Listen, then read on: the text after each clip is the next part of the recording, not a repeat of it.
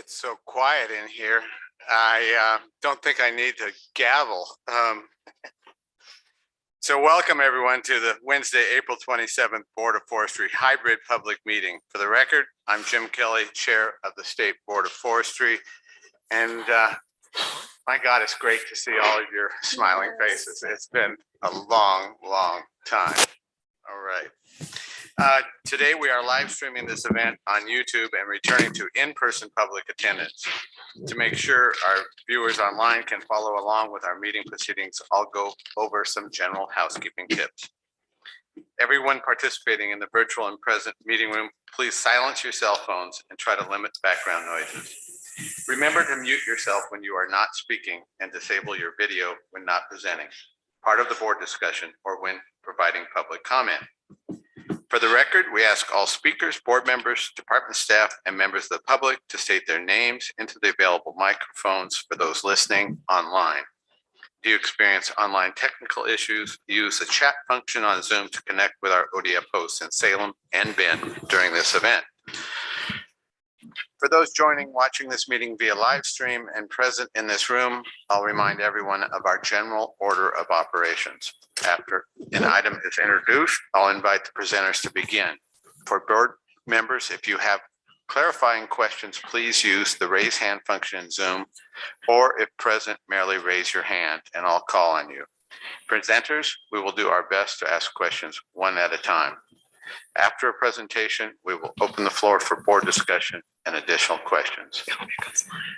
We offer real-time public testimony under item 1, where the public can comment on items on and off the agenda.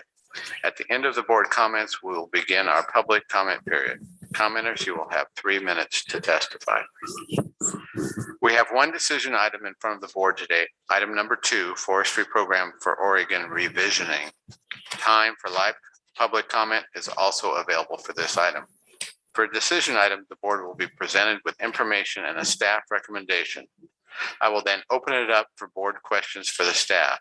If none, I will invite members of the public who signed up for the item to join us either online or in the room. Board members can ask follow-up questions from the presenters before the board sets forth a motion for discussion and vote.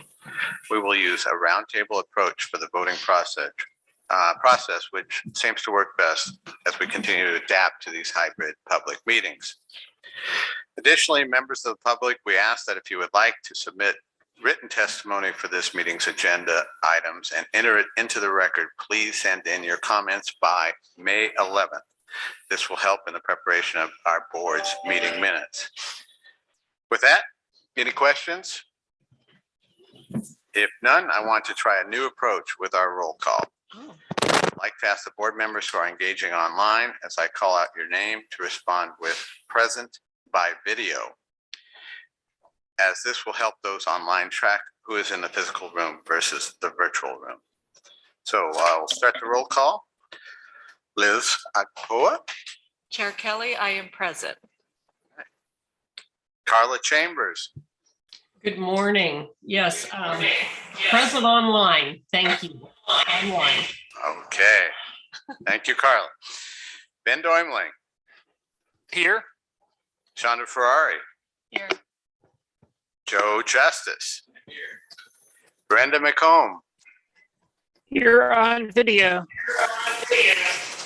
Great. And of course, myself, Jim Kelly. With the quorum met, let's move on. Before we make a motion to accept the consent items as listed in the agenda, I wanted to bring to the board's attention a slight correction to item A.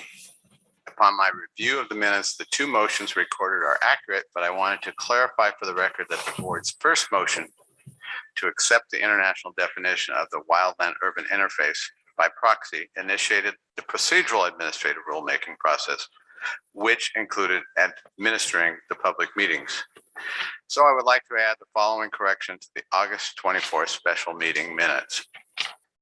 The motion to accept the international definition of the wildland urban interface initiated the administrative rulemaking process, which included administering public hearings. With the passage of this motion, the department proceeded with a public hearing process and returned to the board with a proposed final language for Chapter 26, Division 44, wildland urban interface definition on October 20th, 2021. If there are any disagreements with this correction, please speak now. Seeing none, I would ask the board administrator to track this correction and ensure it gets included in the record. Chair Kelly, Board Member Carly Chambers has her hand raised. Chair Kelly, as I recall in that motion, we accepted that definition as long as that committee could come in and agree on the WUI definition with an understanding that we would come back and revisit that definition if there wasn't broad consensus and agreement. And I just wanted to be sure that that was captured.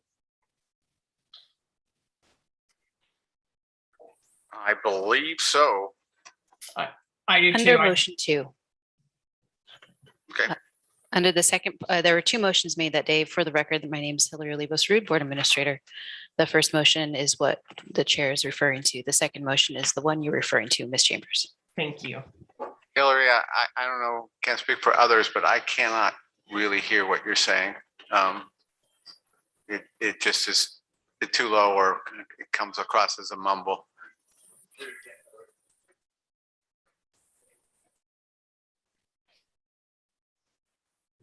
Okay, apologies. Maybe that was on mute.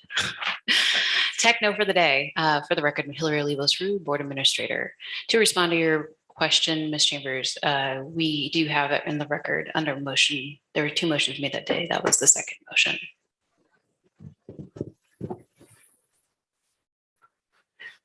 Okay, if no additional comments on this item or others listed on the consent agenda, items A through J, I would ask for someone to present a motion. Mr. Chair, I make a motion to approve the consent agenda as presented with modifications to as we've discussed on consent item A. Do we have a second? I second. Ben Doimling seconds. Okay, we've got a motion and a second. In that case, I would put this up for a vote. And I will do a roll call. Liz? Wow. Yay. Carla Chambers? Aye. Ben Doimling? Aye. Shonda Ferrari? Aye. Joe Justice? Aye. Brenda McComb? Aye. And I am an aye as well. With board in consensus, the motion carries. All right. Next item is our state forester and board member comments. And I wanted to welcome our state forester, Cal Mukamoto, to begin with some opening comments. Thank you, Chair Kelly. Is my mic on? Is my mic on? Did you hit that button? Okay. No. Oh, there we go. Good morning, everyone, and it's great to be in Central Oregon. You know, when I come here and sniff the junipers, I often think I should be fly fishing or riding a mountain bike. But here we are in this building discussing forestries. That's just as good, right? Okay. There are a lot of important topics on the agenda for today's meeting, so I won't take too much of the board's time with my opening comments. But I do want to highlight one agenda item in particular. Today, board members, one of your informational items is related to a policy option package concepts for the department 2023 to 2025 biennial budgets. These POPs are recommendations for investments into the department for the next biennium. Some of them are necessary to continue the implementation of legislative direction related to Senate Bill 762 and the Private Forest Accord. The package related to the implementation of the Private Forest Accord is to provide the department with the resources necessary to establish 3 of the programs required under the recent legislation and Accord report: the Adaptive Management Program, Independent Research and Science Team, and Small Forest Landowners Investment in Stream Habitat Program. Others are to improve and expand our capacity for the board and department priority work, including around climate change. The community engagement and climate change package requests investments across 4 programs are to build the department's capacity to lead in climate change science and mitigation related to forestry. The package would also expand our ability to engage with Oregonians about the state's forest lands and the variety of essential roles they play. You'll hear more about all of our proposed POPs or POPs later today. I encourage you to ask questions and share your thoughts on these packages. So the versions that come to the board for final approval in June are something that both the board and the department support and champion during the 2023 legislative session. You know, ODF is budgeted and resourced to provide ODF protected lands with an adequate level of protection. However, additional resources are often needed to protect people, communities, and forest resources. Currently, the cost of these resources are primarily paid by using general funds appropriate for ODF's core business. The department then has to wait for reimbursement of these costs, primarily from federal agencies and other state agencies, the general fund, and individuals responsible for causing fires. During that time, the department cannot use those appropriations for purposes they were budgeted for, which threatens ODF's ability to perform critical work on behalf of Oregonians. Protecting Oregonians and their natural resources requires an adaptable and sustainable organization, particularly in face of the increasing impacts of climate change on forest lands. The incredible strain of that fire season debts on the department's administrative and operational jurisdictions and functions is a top threat to our financial stability. Fire costs are a two-part problem that requires a two-part solution. One part of the equation is efficient financial process and adequate controls.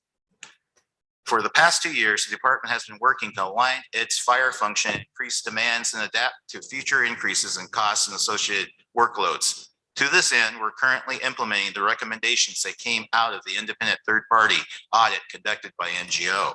The second part of the equation is creating a sustainable funding system that doesn't rely on the drawing down the department's biennial budget to pay for fire season bills on behalf of others, and eliminates the subsequent cash flow issues that result from carrying those debts. The department has been working with a stakeholder task force for the past few months to identify the necessary components of that system, including structure, revenue streams, and oversight. Over the next few weeks, the department will be finalizing a legislative concept to establish a sustainable funding system in the 2023 session. That request will be brought to the Board of Forestry in mid to late May for review and approval. And finally, a decision in Lynn County versus the state of Oregon, the Forestry Department appeal was made today. The appeal courts, well, I'm going to let Chair Kelly talk about that and thank all the individuals that participated in that. So Chair Kelly, that's the end of my state forester's comments. Thank you, State Forester. Yeah, as I think probably everybody knows, there was a reversal in the Lynn County by the appeals court that came out this morning, and I haven't had a chance to read it at all yet. And I think I know this board has always taken the position that until this case is really settled, completely done, then there's no precedent yet. We've been pushed repeatedly to presume that a precedent has been established. So I think it's important for us to continue with that perspective as we look at this, because the decision today could be appealed. I did a little checking quickly with the DOJ this morning, and they have the right within 14 days to appeal it back to the appeals court, and they also have a right to appeal it to the state Supreme Court, and they have to do that within 35 days. So if no appeals are filed, my belief and understanding is that 35 days from now, this could be done. And, speaking for myself, I would welcome this. I would welcome the opportunity for this board to start healing its relationship with the forest trust land counties. And but if they pursue the appeal, obviously that's their right, and we'll be waiting longer to resolve this. Meanwhile, I think this is an affirmation of a lot of folks' work, not just the people at the DOJ who defended this case and obviously have been successful at this stage, but it's really, I think there's an affirmation in this decision of many, many, many people's work at the Department of Forestry through the years, and also to the work of former boards. All of this happened before any of us were on the Board of Forestry. And so, we have decades of work by former board members to try to balance these tough issues. And I think this decision is an affirmation that those folks have done good work. And with that, I would welcome any other comments on that topic or any other from other board members before we open it up to public comment.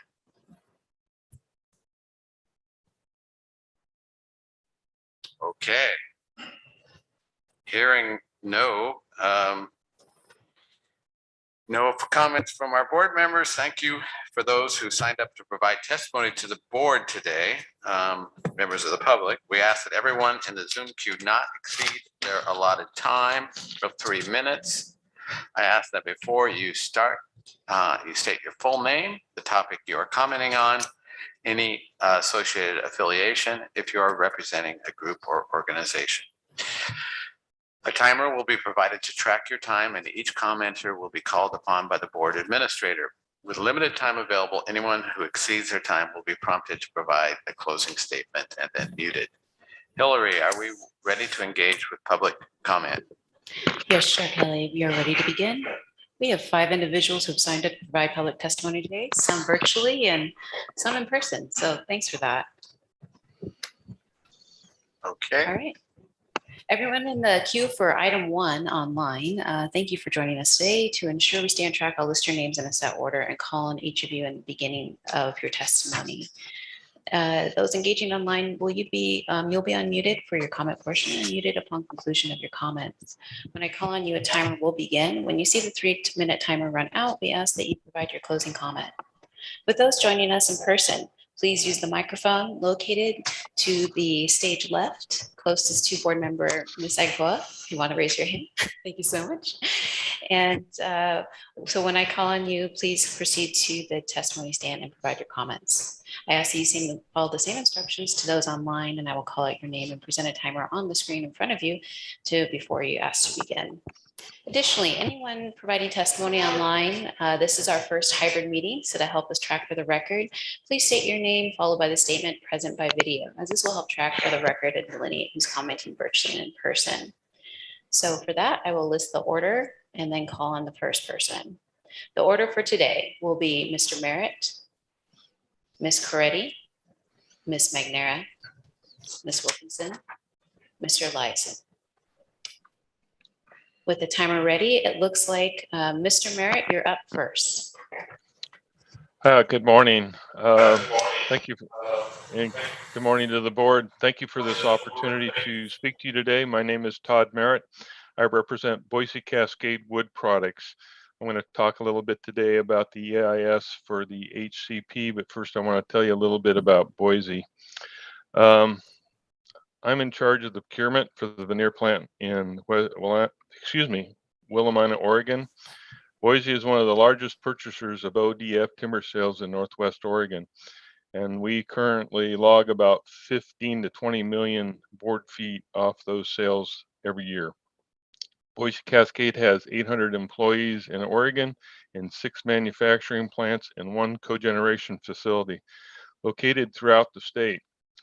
While we're known for plywood, we're really an engineered wood products company producing laminated veneer lumber and I-joists. In fact, we like to claim we have the world's fastest I-joist machine located here in Oregon, which I would dearly love to show to the Board of Forestry. I think you would be totally amazed. So I'm going to move on to my comments. The comments and concerns follows. 1, this EIS was developed without the social economic analysis, and really, how can the board meet the greatest permanent value threshold without that information? You need it. Secondly, the alternatives are so narrow that really they're not really alternatives. we should not be choosing an alternative before we complete that economic impact analysis.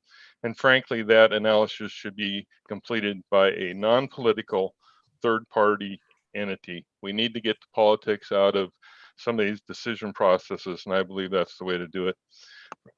The third concern has to do with the length of the HCP and how that was determined. Why not 30 years? We need more information about that. And frankly, the fourth real concern is that if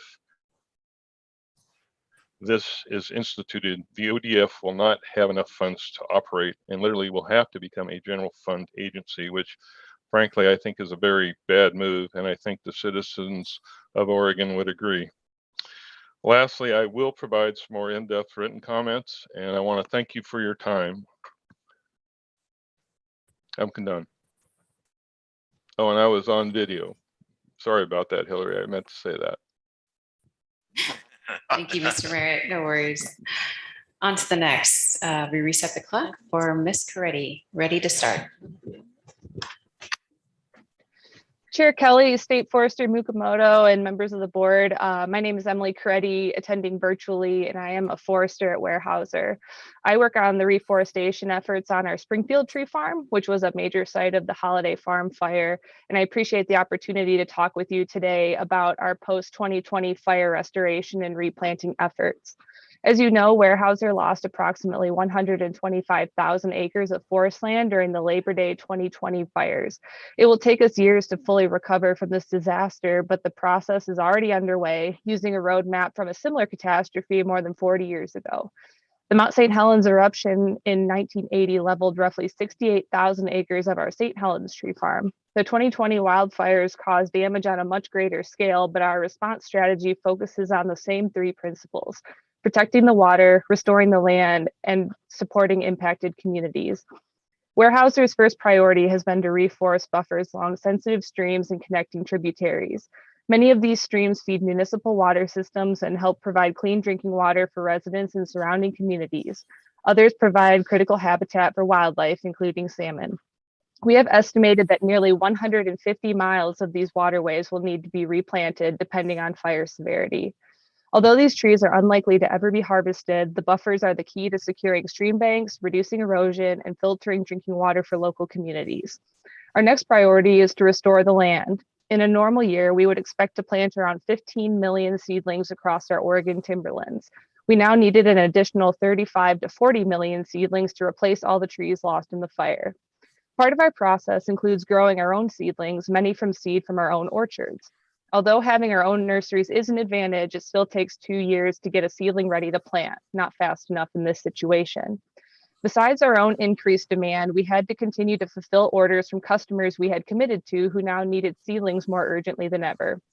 To manage our own demand while still supporting our seedling customers, we delayed harvest in some areas so that the seedlings planned for those places could be redirected to the burn areas.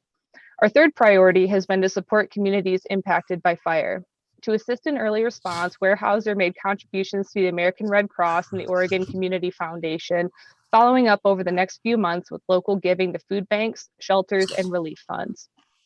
All of us at Weyerhaeuser recognize that growing our trees in Oregon is a privilege, in the state as a whole and in the communities where those trees grow.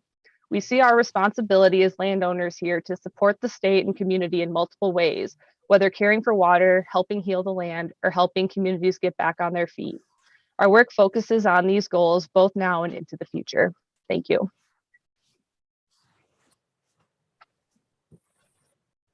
Thank you, Ms. Coretti. Up next, Ms. Spagnera. State Forester Mukamoto, Chair Kelly, and members of the Board of Forestry. For the record, my name is Oriana Maniera, and I'm here today by video representing Verde. Verde is a community-based organization whose mission is to build environmental wealth through organizing, advocacy, and social enterprise. Examples of environmental wealth include healthy forests, clean water, and a thriving natural resource-based economy. When I last came and spoke to this body a few weeks ago, you had many questions about how to engage communities in ways that can ensure that those outcomes, especially communities who are not well represented in those spaces, are achieved for those communities. When I saw the materials for today's meeting, I was heartened to see $10 million for community engagement and climate change in the proposed POPs. My aim today is to support those investments and to ask the board to ensure that it is part of the proposed budget for the 2023 legislative session. I also hope to make some suggestions for how the concept might be streamlined and deepened to be maximally effective. First, the investments in urban forestry are essential, as the work has been part of the agency's charge, but only funded federally since the 90s. As someone who represents communities who are impacted by low urban tree canopy and the heat island effects that creates, it is imperative that we invest state dollars in growing that canopy. My organization has done substantial work in response to the heat dome from last summer, and in addition to needing access to cooling technologies, we've heard from communities that investments in green infrastructure and better understanding statewide access and impacts are important. Second, the workforce development coordinator position is an important and worthy addition to the ODF staff, especially to the extent that the role can address diversity in the forestry workforce, both for the state and create substantial pipelines that are sustainable for private and federal management. However, workforce development is only as effective as communities already feel connected to forestry work and the forests in their areas. I would advocate for an additional position that is focused on community engagement around the climate smart forestry work and parallel strategic visioning work that is happening in the agency to lay essential groundwork for these endeavors and for workforce development. This position could also help create links around urban forestry and other forestry silos. I've heard multiple staff members express a desire to engage with low-income, Indigenous, Black, and Brown communities and tribal governments in their work. This must live across many positions, but it is also crucial to have central support, people who can provide an external arm that runs on an axis with the internal diversity, equity, and inclusion position ODF is hiring. In my years of experience with community engagement work, I have learned that it is not cheap and it is sometimes not worth doing if it can't be resourced in ways that lead to stronger relationships, more trust, and meaningful outcomes.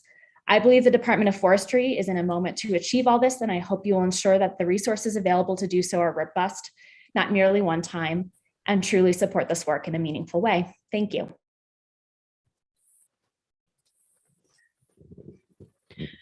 Thank you, Ms. McNair. So now we're going to transition to in the room testimony. Ms. Wilkinson, please proceed to the testimony stand.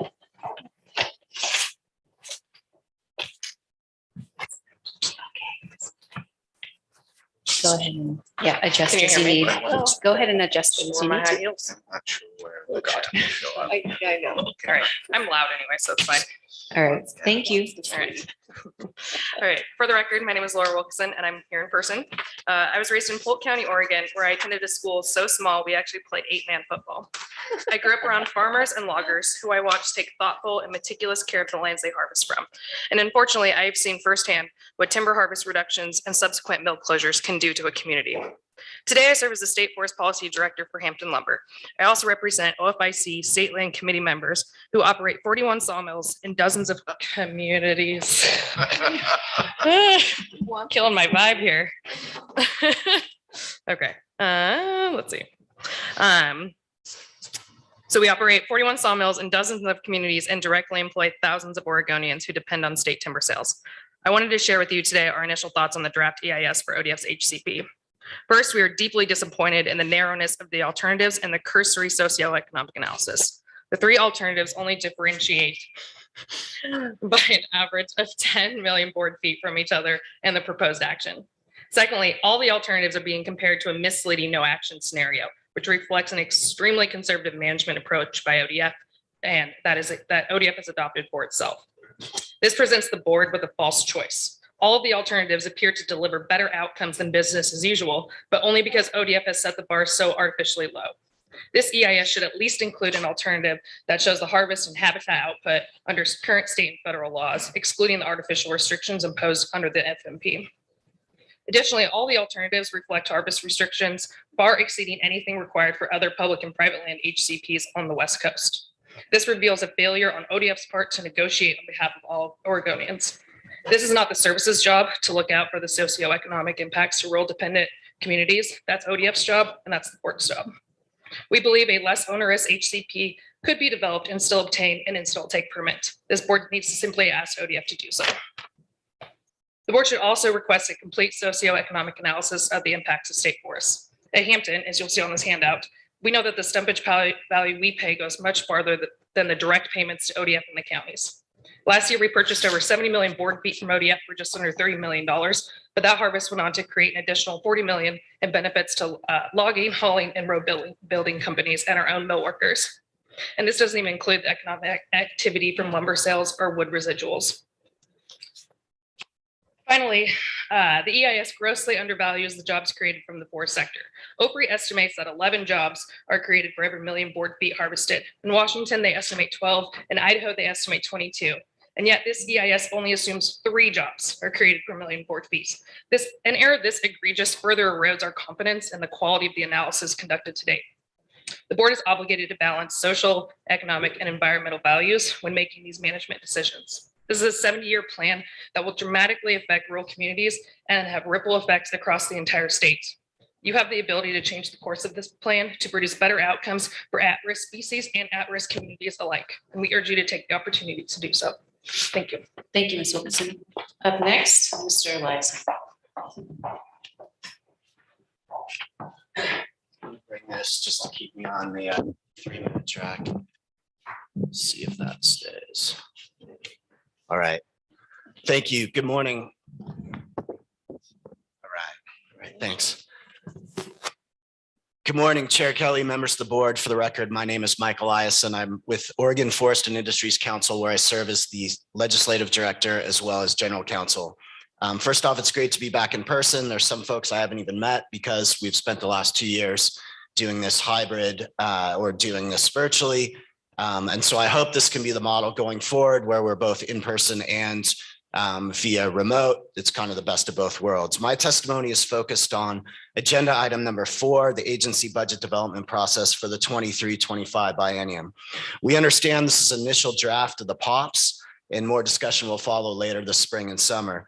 But first, we want to comment on 3 of the POPs in particular. First, regarding the PFA, the Private Forest Accord. It's obviously a historic agreement. We've talked about it at length in the past.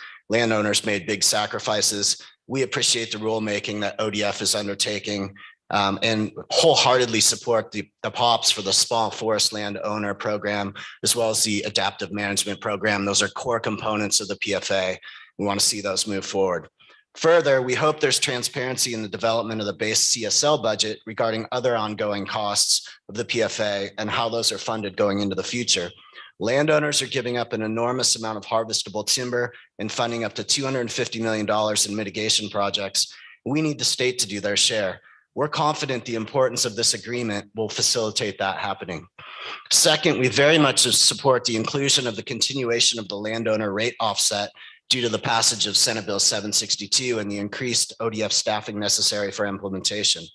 Many landowners have already seen base rates increase close to a breaking point, and layering on the increased Senate Bill 762 costs may result in an inability for some districts to approve base budgets, which would have major impacts on Oregon's complete and coordinated system. Senate Bill 762 recognized the increased complexity of wildfire is an all Oregonian challenge. Let's not break a good system, let's improve it together. Finally, we note with interest the package on climate change. By my count, there are 16 additional permanent positions for climate work, counting brand new FTEs and limited duration positions turning into permanent positions. Climate change is real, and we support work to make Oregon forests more resilient and understand how we can maximize the climate benefits of our forests. But we'd also like to know more about what all these positions will do and whether there's overlap with work going on in other spaces. As one example, the Forest Carbon Modeler position potentially overlaps with work going on at the Global Warming Commission and Oregon State University. We understand everyone's rushing to enter the space, but how do we ensure we're getting the most benefits for our public and private dollars and not just creating new programs to check a box? Thank you for the opportunity to comment today. Look forward to further conversations on the ODF budget development process going forward. Thank you, Mr. Eliason. Testimony providers, we appreciate your participation. For those joining this line, you're welcome to remain in the virtual meeting. However, we ask that you remain muted and disengage your video. And for those in person, thank you just so much for being here and signing up to engage with the board. Chair Kelly and members of the board, this concludes our public testimony portion for item 1.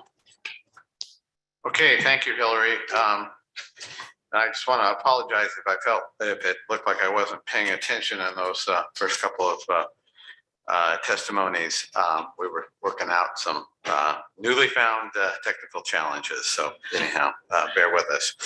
All right. As this is our first offsite, I wanted to open up our time here in Bend by inviting the department's district forester and the mayor of Bend to come up and provide some comments to the board. So Rob Enser and Sally Russell, we would love to hear from both of you.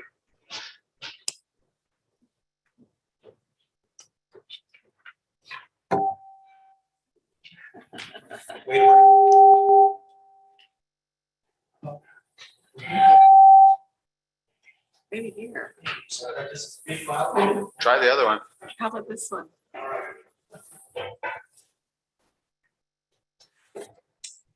It's your magnetic person. There you go. All right. Well, welcome State Forester Makamoto. Welcome Chair Kelly and board members. The Central Oregon District is both unique and diverse. We span across 12 counties across Central and Eastern Oregon, basically starting in the Dalles, working all the way down to south, down to Lapine, and then east over to Burns, north through John Day, up through Hefner, and then back over to the Dalles. So very unique and very diverse. We have 3 unit offices, the Dalles, Prineville, and John Day, with 2 subunit offices in Fossil and Sisters. We currently employ 45 permanent employees and about 115 seasonals that primarily work in both fire protection and forest resources. Get rid of that thing.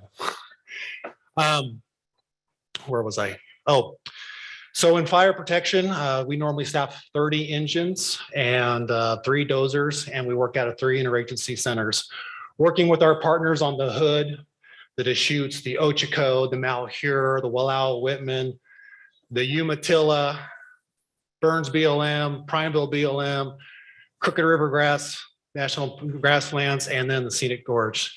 So a lot of partners, which makes us unique. In forest resources, we staff 4 stewardship foresters that provide landowner assistance and technical assistance while doing the Forest Practices Act. We've also hired an additional 9 NRS 1s and NRS 2s, combined 9 total, that are now basically either providing technical assistance for NRCS or doing grant funded work with all the grants that we've been getting. Recently, through 762, we received $9 million here locally on the district. $6 million of that is here locally between Sisters and Lapine. So a lot going on. Also with the private forest accord, we have one of our stewardship foresters, Chase Duncan, who we will meet tomorrow out on the tour. He'll be helping out and assisting with the rulemaking process. Other than that, our FFR program is getting underway. We have sold and completed 3 timber sales now. We actually have 1 active sale on the Deschutes currently down by Crescent, and 2 more that we're going to sell hopefully later this summer or early fall. This district is very large, very complex, very challenging, but rewarding in so many ways and never dull.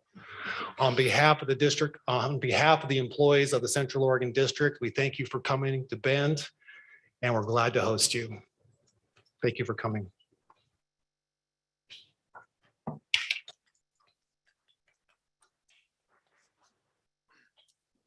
Okay, thank you. My understanding is that Mayor Sally, as she is known here, has not arrived. So we'll go on here. There's really very few mayors like Mayor Pete who gets, they get famous enough to become known by your first name. So we got Mayor Pete, Mayor Sally. Anyhow, I'm sorry she's not here, and if she shows up, we'll try to work in some comments from her. So before we go on to the next item, do board members have anything that they want to bring forward at this point? Okay.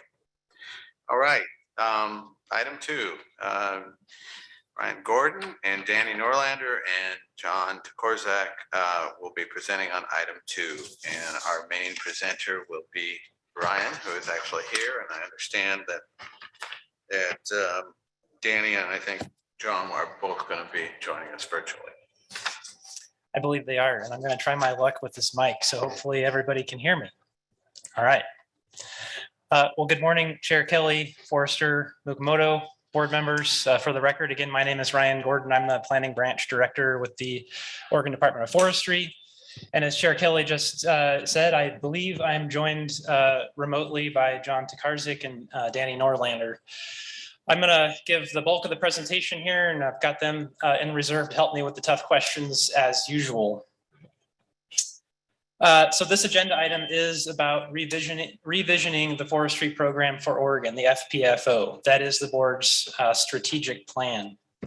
We've already had a lot of discussion to date with a clear signal from the board that they're interested in proceeding with that revision. Nevertheless, this is a decision item. The staff report outlines a plan and a timeline, which I'll step through and ask the board to approve. But before we get to that, I want to take a few minutes and talk a little bit about the April 6th special information session that we hosted earlier this month. That was, I guess, a virtual event that we hosted on the campus back in Salem. So you might recall that day focused on some of the challenges of contemporary forest management and included a keynote by Governor John Kitzhaber and Matt Donegan, as well as a series of panel speakers. The team, so the planning team is working on a synthesis from that conversation. And it's my hope that we'll be able to present that to the board at the June meeting. There's clear interest, I think, among board members and others, and a clear intent to do that again, to have some more of those information sessions in the future. And I think a couple of likely topics coming up would be a focus on workforce. We've already heard some conversation about that here today, as well as the role of science in decision-making. I think that's a particularly salient topic for a lot of the work that the board's engaged in, as well as the FPFO revision. So those are some things that we're thinking about and working on for this fall. But if I return then back to the context of the FPFO revision, I was reflecting a little bit on some of Governor Kitzhaber's closing remarks, and he suggested that the board and the FPFO could be a keeper of vision and a leader of conversation. I think that's some interesting context. Particularly because the FPFO will encompass the board's mission, vision, and values. So to that end, Chair Kelly gave a homework assignment to the board following that April 6th session. And it went something like this. Describe an unrestrained vision for forestry in Oregon. It's pretty open-ended, pretty simple. I think the instruction was to try to keep it to one page. And the response was around one page. Some were double spaced, some were single spaced. But, you know, this vision included no political boundaries, no constraining rules or regulations, just an open-ended thought exercise about what forestry could look like. So I collected those up. I looked through them mostly this morning, I'll admit. That is, I looked through them mostly this morning. They trickled in over the past week. And I tried to collect some key themes and ideas in there that I'd like to reflect back to everybody, because I think they're important as we think about the FPFO revision, and they reflect really a lot of common ground among the members of this board. So I'll step through it now.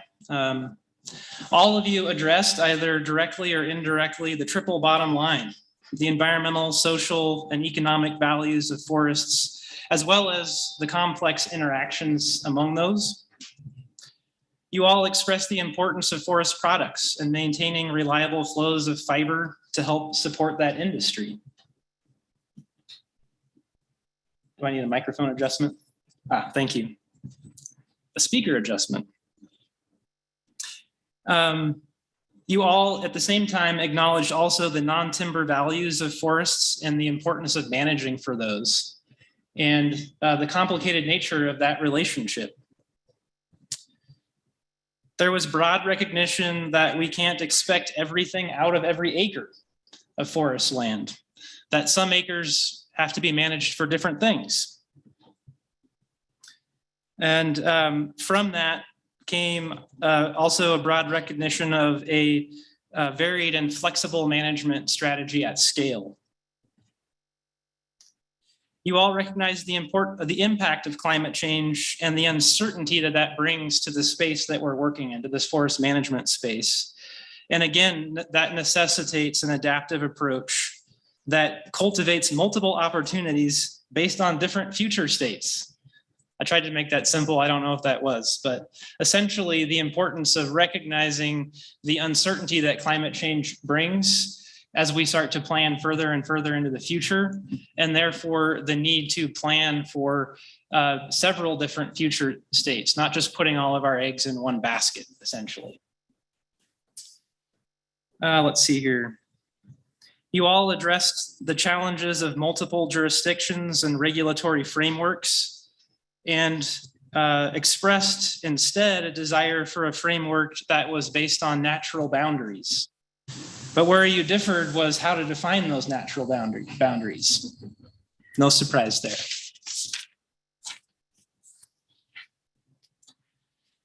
And likewise for wildfire, which I think most all of you touched on, you almost all suggested a revisioning of the current system with more of an emphasis on values at risk and managing at scale rather than just ownership boundaries. So those were the areas I think where there was pretty broad, conceptual agreement and key themes that I saw in all of the assignments that you submitted. But I did observe, I think, two important areas where there was less certainty, maybe not disagreement, but less certainty. The first was in the role of science. I think that science was implicit in most of your responses, and none of you called this out specifically. But we tend to come at this with this assumption that science is value neutral. But at the same time, we tend to favor the science that supports our values. And so I think that's a definite challenge and a confounding factor that probably everybody in the room can understand. Also, you all recognized the importance that forests play in the conversation around carbon sequestration and climate change. But there were you expressed varying levels of certainty about how big of a role forests could actually play there, and some different strategies because of that. So it was a simple assignment with lots of nuance and simple answers, right? Yeah. It was only one page, short sentences, but some really complicated topics. And that's what we're struggling with in the FPFO revision. I hope I've accurately portrayed your responses. Clearly, there's a lot of common ground, but there's also a lot of nuance in the details. And that is, of course, always the challenge in the discussions that we have here and then other places when it comes to resource management. So I feel like I should stop right there and allow some time for some conversation and questions, but I fear if I do that, we won't get to the end point of this agenda topic, which is to make a decision on the FPFO revision. So I'll keep rolling along here and hopefully there'll be time at the end to come back and discuss some of that. So if I come back to the agenda then, which is a decision on moving forward with the revision of the FPFO and agreeing on some principles to drive that revision, I'll just recap or recall some previous conversation without going into great detail because we've done that at this point many times. We have an existing document that was last revised in 2011, and that was built around the Montreal Protocol.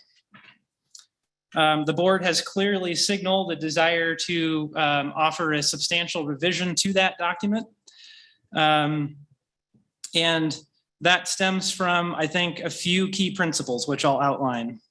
The first is significant shifts in the social, economic, and environmental contexts in which the department and the sector operate, particularly due to climate change. And just talked about a lot of that in reviewing your homework assignment.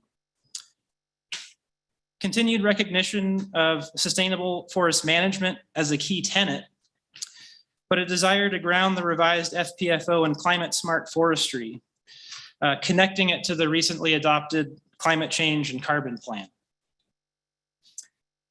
And also a sincere interest in engaging broad perspectives to inform a document that is succinct, easily understood, and easily implemented. And finally, unless there's another point on the next page, thinking critically about how the board can connect its statutory authorities with other policy bodies to affect broad change across the resource, economic, and social dimensions. So those are the things that I heard in your homework assignments, in our previous discussions at the board retreat last fall, and most notably, I think, at the April information session.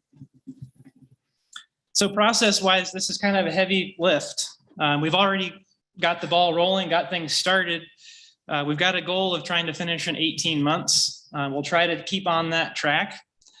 Outlined in the staff report is a timeline of sorts with 4 phases. The first phase occurring between now and the fall is really that information gathering period, the most important part of a strategic planning process.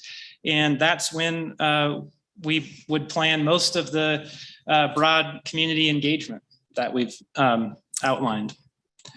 Following that in fall and winter, starting with the board retreat and moving forward, really rolling up our sleeves and diving into the construction of mission, vision, values, goals, objectives, etc.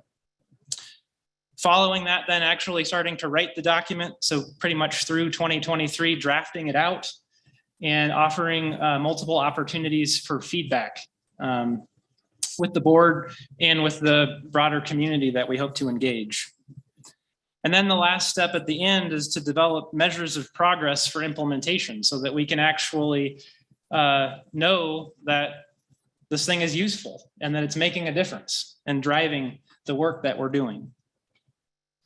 So along the way in that work, we'll have some help. I do want to acknowledge the larger planning team. I think folks are used to seeing John Tokarczyk, Danny Norlander up here, more recently me. But we do have on the team as well, Andrew Yost, Brandon Ketzel, Megan Frizzell, Nathan Beckman, Marcus Kaufman, and Hillary as well will be contributing. And certainly we'll be reaching out to other folks within the agency and other programs in the field to help inform the work that we do.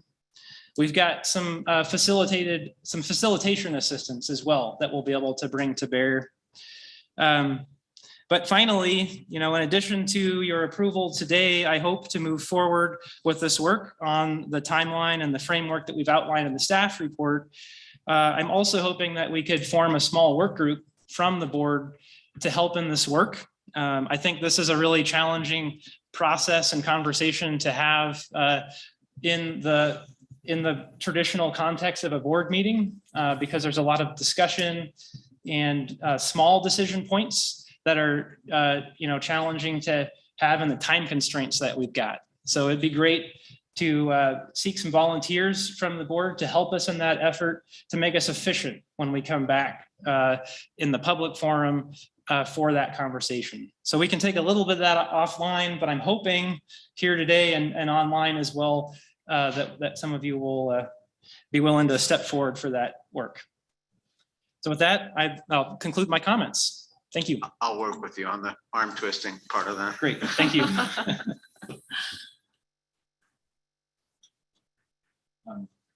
Go ahead, Joe. Yeah. So when I saw your assignment, Jim, you should have saw my reaction, but one more thing to do, right? But I appreciate the fact, I think that was a good exercise to think about it, because I think it's going to be hard to keep the momentum going, make sure that we capture these thoughts, an 18-month process of all the things that are happening on the board. It's hard to kind of capture all that stuff.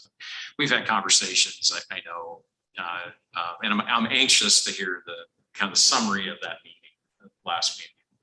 You mentioned that, and I'll also be interested. I know what I heard, right? I think I interpreted some things. I'm anxious to see what other board members interpreted from that meeting. I had some real takeaways in my notes, and I'll be anxious to hear that other board members kind of have those same takeaways, right? And Ryan, you answered a lot of my questions about just reminding about timeline and workforce and science and decision making. And a lot of the questions I had was, you really answered. And I'll also be anxious to hear kind of that next group of stakeholders that come forward. Obviously, that's a difficult issue. You start bringing all of these points, but there's some very, very important ones that we need to hear from. A lot of them make their livelihood from this industry.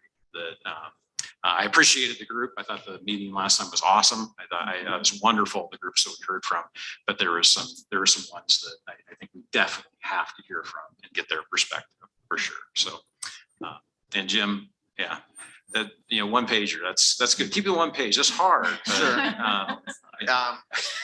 Well, I really, where I came to that idea, I really consternated after, our day meeting and listening to Governor Kitzhaber in particular, wanting us to look at this very big picture and all of which is very inspirational. And I didn't want to lose sight of that. But the reality is, of course, that we work in a restrained version of all of that and have to deal with that real world.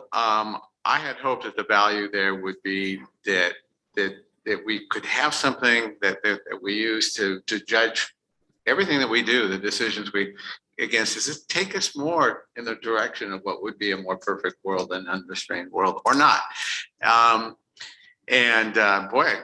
There's certainly sensitivity about asking board members to do homework. The word homework I got from board member McComb. I think it had about 10 different questions. Didn't it, Ryan? Are we going to be grading on a curve? How much does this count towards my final grade, et cetera, et cetera.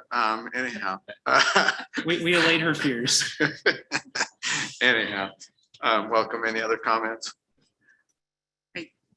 Chair Kelly, I think in just looking at the timeline, I think it's the room to breathe in that timeline is really wise.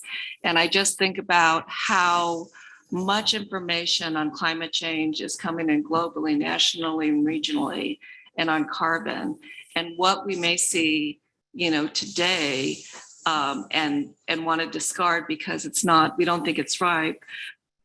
I think in the next 12 to 18 months, we may find some broader solutions. And so I just want to make sure that we keep that open because I think time will just create some larger alternatives, perhaps, bring in some different ideas to really solve what we, are seen as really more complex problems that we as natural resources managers have had to deal in the last 20 decades. So, cheers to that robust timeline. Other board member comments at this point? Yeah. Ben? Yeah, this is Ben Doimling for the record. I've been really inspired by this conversation so far. And I think that the one pager was a really fun challenge. And I enjoyed it. I don't know if I gave Ryan anything very useful, but I enjoyed the exercise. They were all good. No wrong answers. And I would add one more set of voices that I think we would benefit from hearing from would be more younger voices. And my generation and the generations younger than me are going to be taking care of these forests in the coming years. And I'm heartened by just looking around the room that there's folks my age out here. I'm not the only one. I sometimes feel like I'm a young guy in a world of people who are older than me. But I would just echo that I think as much as we can engage younger voices in the conversation, I think that would be very, very useful. And I don't know if this is the right time, I'd be happy to volunteer for that subcommittee or whatever you have envisioned. Great, if that would be useful. So thank you. Thank you, Ben.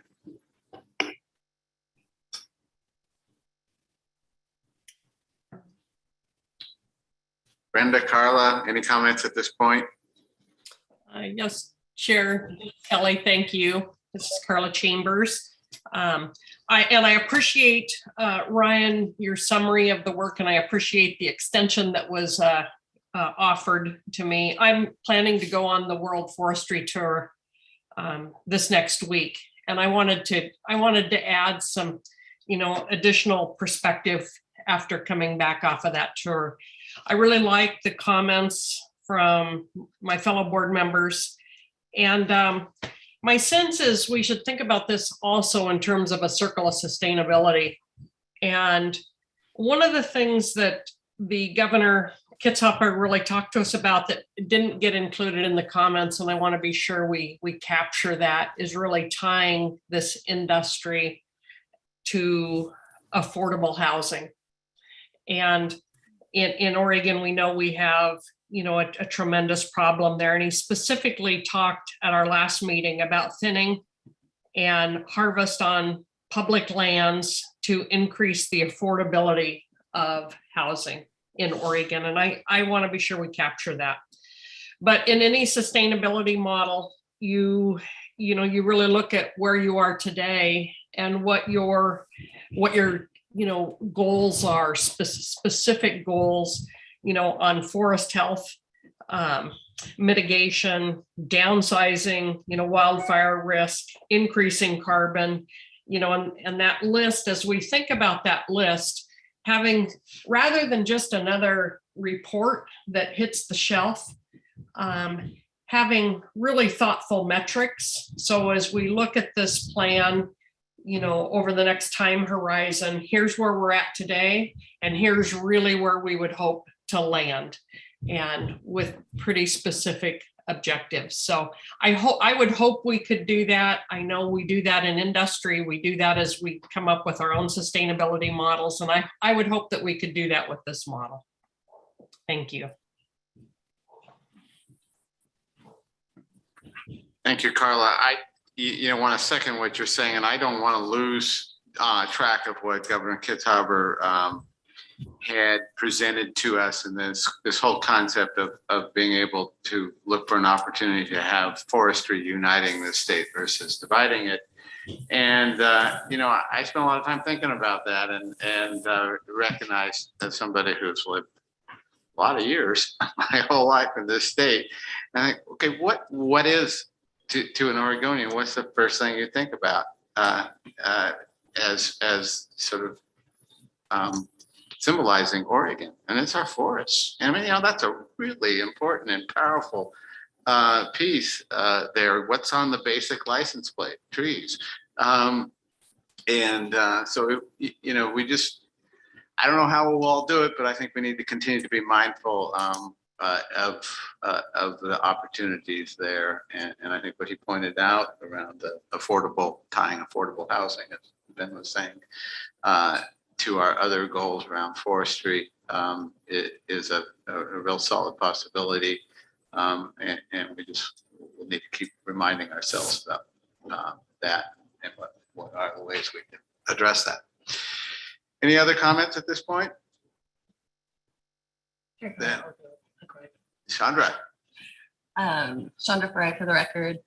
Just wanted to admit that I was not the best student and got my homework in late to Ryan last night. It was included in the final write-up. And true to form, I sat there with a blank page for a while thinking I should have asked questions earlier so that I could get some clarity on this assignment. I struggle with the no boundaries conversation. And I thought as I was sitting there that really part of our challenge to me is that we want to, it's easy to say we want to protect all these values, right? I know everybody in this room wants to protect all these values, but what that means, like what's the goal? What's the specific goal we're trying to achieve for each of those values is a much harder conversation, particularly when you've got so much uncertainty that might change your goal or change how you can achieve it over time.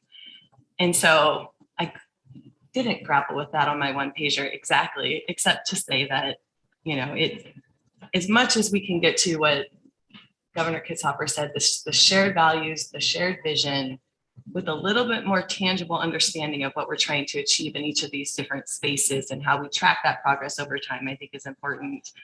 And of course, adaptive management. And I was certainly in the camp of appreciating science informing that and hoping there could be some sort of avenue for a more independent science input into a process going forward, whatever that might mean. I know there's probably different interpretations of what independent means as well. But I think that's an important point. And so I appreciate all of those different shared principles that you articulated, and that we all have those. And clearly the devils will be in the details as we continue moving our one pager into an actual workflow document at some point. But I appreciate the way that you laid out the process. I'm very interested in hearing from additional stakeholders. I know I heard from quite a few that were interested in being in that room and felt like they had a lot more information that would help inform our process. And I think that's true. And I'm excited that that's part of it. And I also would appreciate participating in the process. We could talk a little bit more about what that might mean in terms of the board sub-work group. But thank you. Okay, Chandra, I think Ryan and I will be grading on a curve, so you may I be. know. okay. I know. That's 2% deduction right off the bat. All right, back to you. That's everything that I've got to present. Hillary, I don't know, do we have any public comment? Yep, okay. Thank you for those comments, everybody. I appreciate that. And look forward to continuing this conversation. Okay, we will move on then to public testimony. Hillary?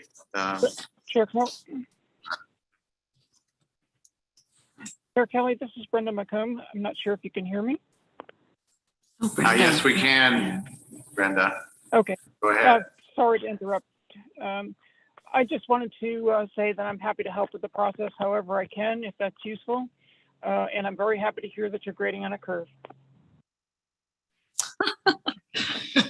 She'd be at the top. Yeah, she'll be at the top. I missed it. Happy we're You're grading on a not sure curve. because Oh, yeah. she'll be, Yeah, she just heard.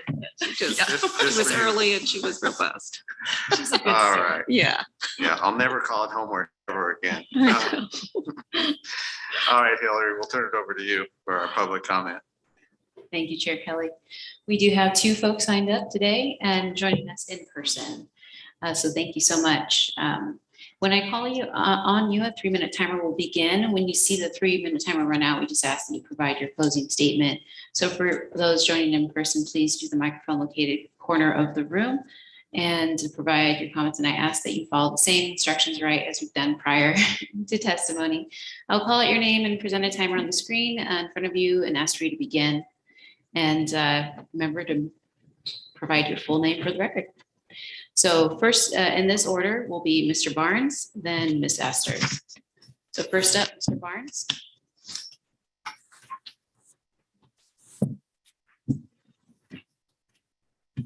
All right, hopefully the microphone stays up.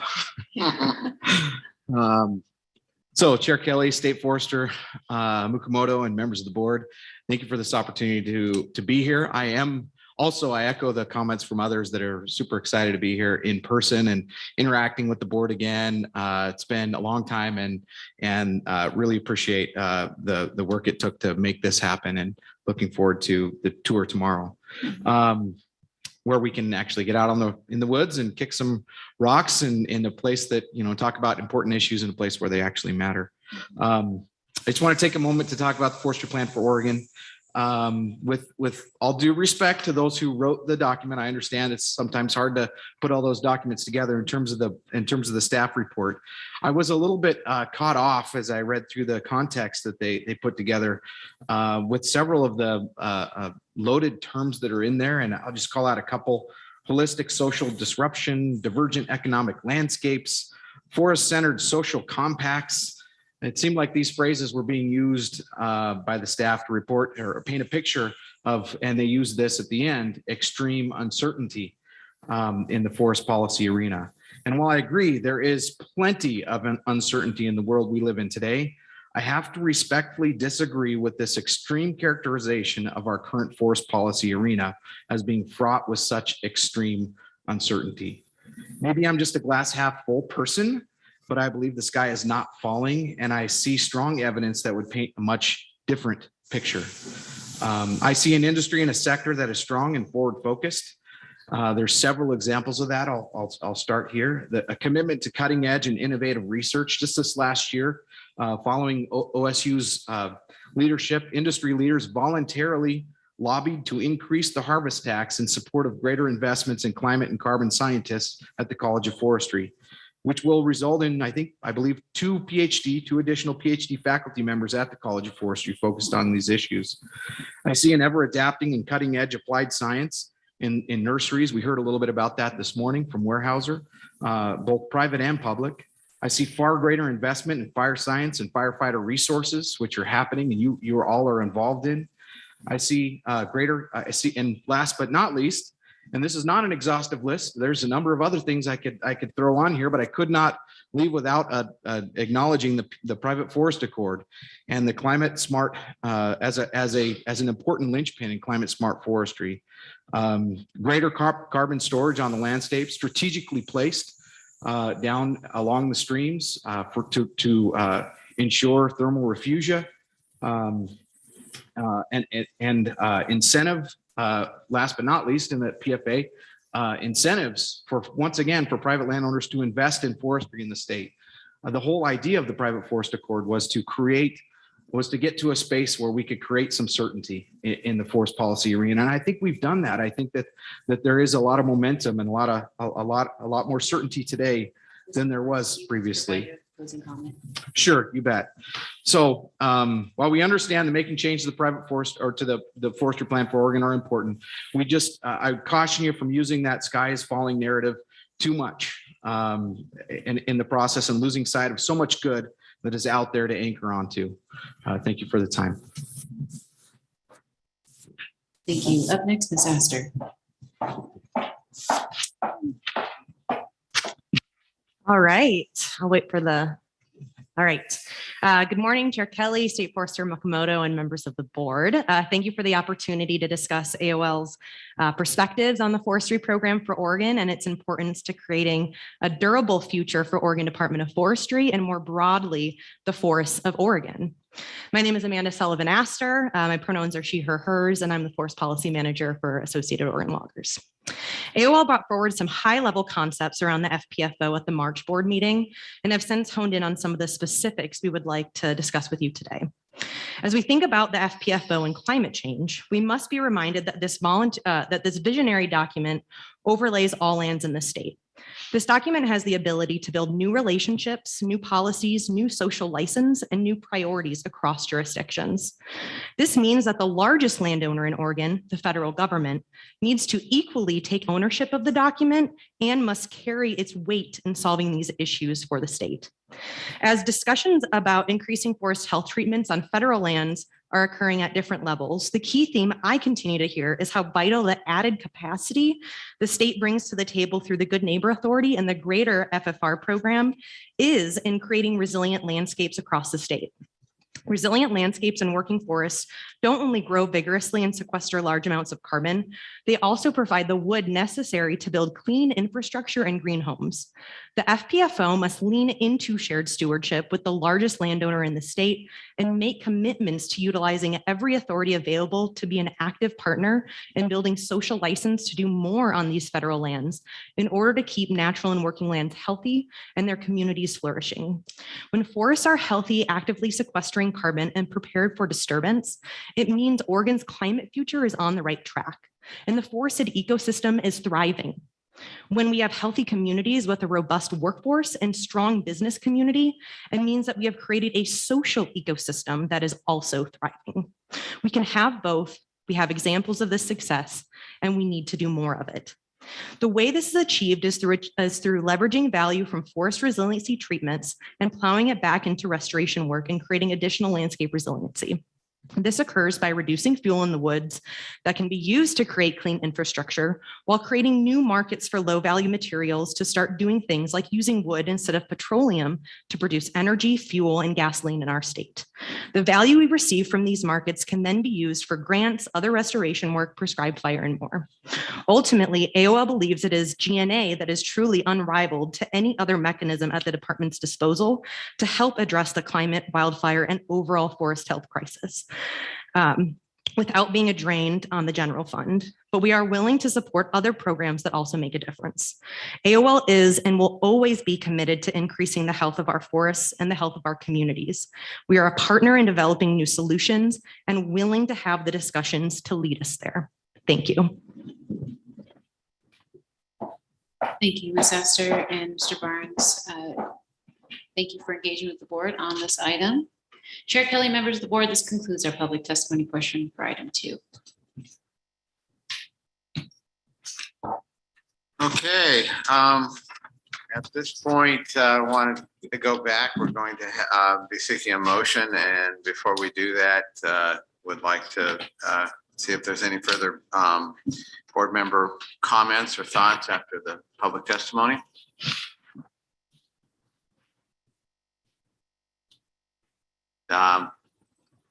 I will make one. I really appreciate what Amanda is saying to us, and I really appreciate that we end up now sometimes with strange bedfellows, and here's a representative of Associated Oregon Loggers with strong support for work that we will be doing in resiliency in the forest because it's going to create jobs, and I get excited every time I see people, sort of everybody out and not in their corner and realizing the areas where we can actually come to agreement that are going to make sense for Oregon and for our forest health. So thank you, Amanda. Appreciate it.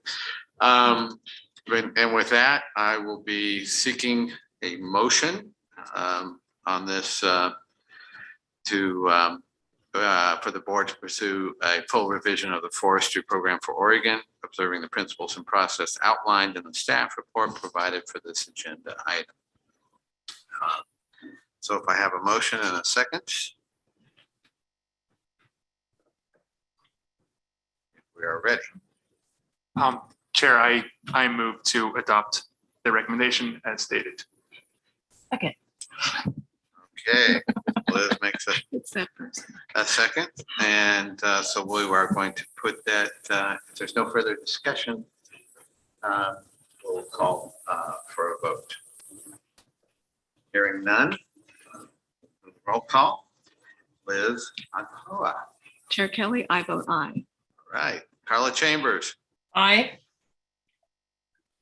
Ben Doimling. Aye. Chandra Ferrari. Aye. Joe Justice. Aye. Brenda McComb. Aye. And myself, Jim Kelly. Aye as well. With the board in consensus, the motion carries. Okay, we are actually ahead of schedule. Hillary, since we are literally, I believe, not quite a half hour ahead of schedule. Yeah, I'm sure. Would we have any problem with our afternoon schedule if we kept the same amount of time for lunch? And We have folks joining us directly at 12:45, so we'll need to have a break until then, if that's have okay. a break until then. Yeah. Oh my God, that's great. Yeah. We're gonna have plenty of time hanging out. Yeah. Okay, so with that, we are adjourned then till 12:45. Unless I believe board member McComb is joining by phone, unless she has any additional comments, because I thought she interrupted for a moment. Oh. Brenda, any other comments? Did we miss you on something?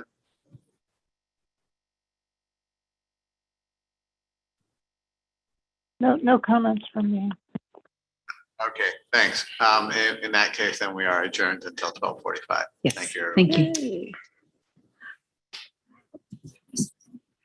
We're going to bring it in lunch, so I guess we can just talk. Well, it's just nice. And I think some of them, so we're gonna have lunch here, and then she asked all the participants to, they have to either bring their lunch, go out to lunch or whatever. You guys muted? No, I don't think so. Oh, or muted. Experience. Yeah. Oh, yeah. It's all over there. Yeah.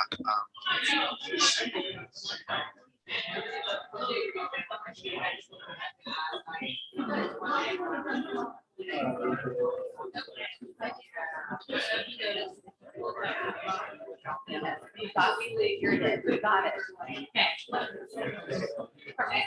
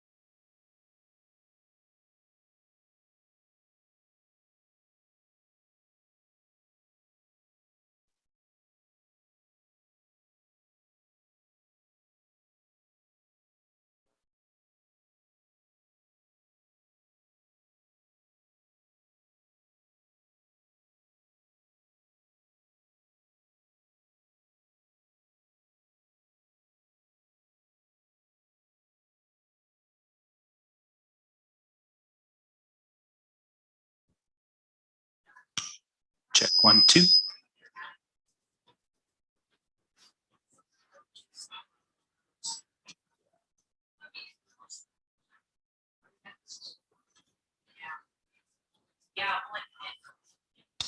Check 1, 2.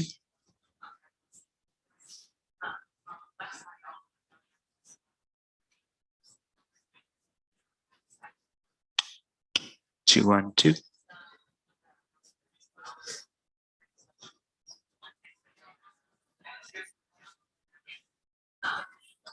Check 1, 2.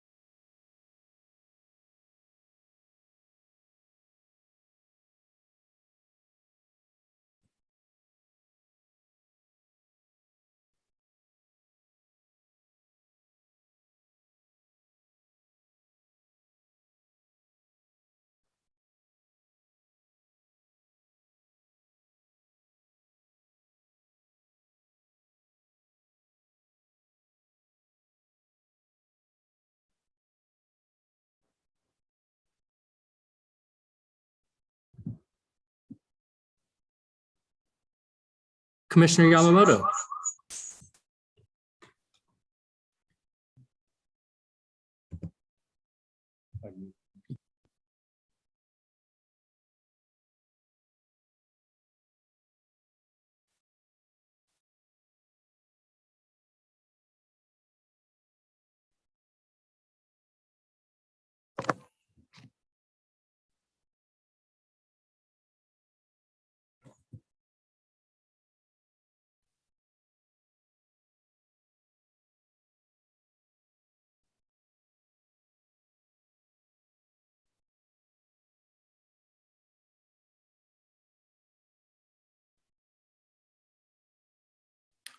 Commissioner Yamamoto, can you hear us?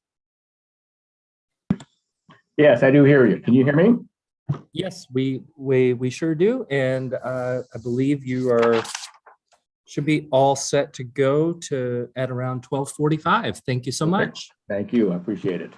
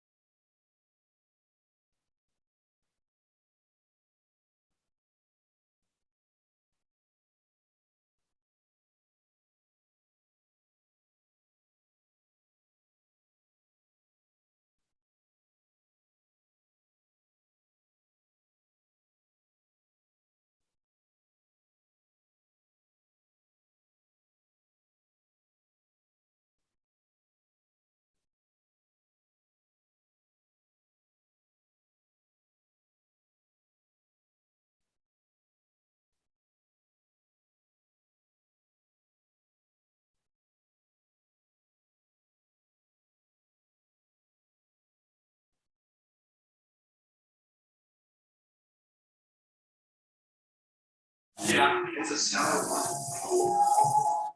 So what's happening here?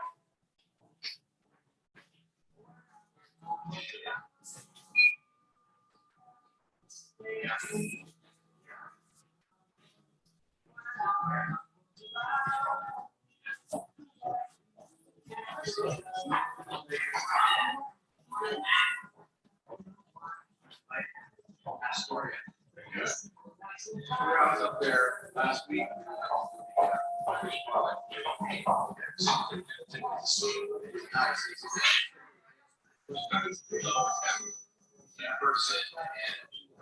So it's a tour.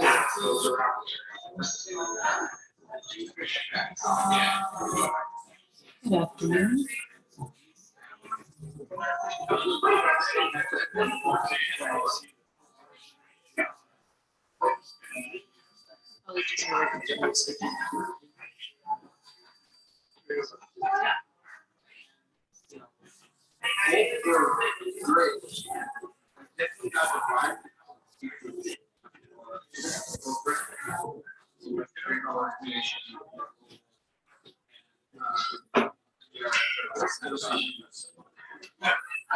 Good afternoon, everyone. This is Board Administrator Macias. Hosting the event. And I understand we have folks welcome back. So we have Board Member Carla Chambers, Sabrina Perez, and Mr. Yamamoto, Commissioner Yamamoto, welcome. If you want to do a video mic check, you're more than welcome to now. Can you hear me? I can hear you. Yes, thank you. And that scenery behind you is beautiful. Thank you. Good afternoon, Hillary. Performing a mic check. Okay, tonight I can hear you better together too. Is that what you're saying? And we'll make sure we have your presentation ready to go. Jason and Tim will be operating that from Salem. Well, we're doing the reception tonight, but I don't know. I just knew that we were doing the reception. Yeah, he was talking about a place that. Great. But it was closed. James, Yeah. would you like to do a quick video and mic check? Yeah, I was just doing the reception. It's like, are we trying to get a dinner too? If not, that's okay, because we're going to be going here. Returning Okay, to a brewery, okay. 20 seconds. So bear with us, everyone. Thank you. So the gym will be, so that's where the party's at. Yeah, exactly. Oh, it's the next item.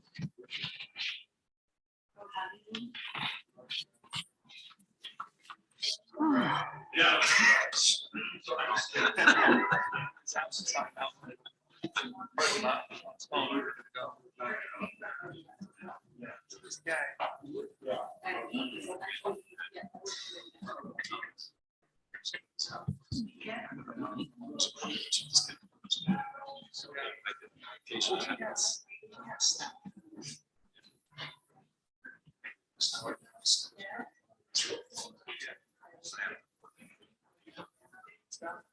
Well,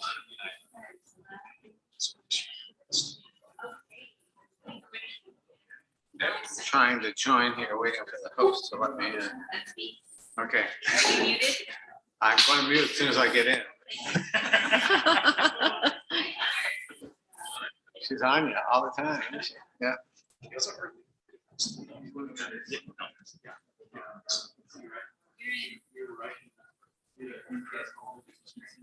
Recording in progress.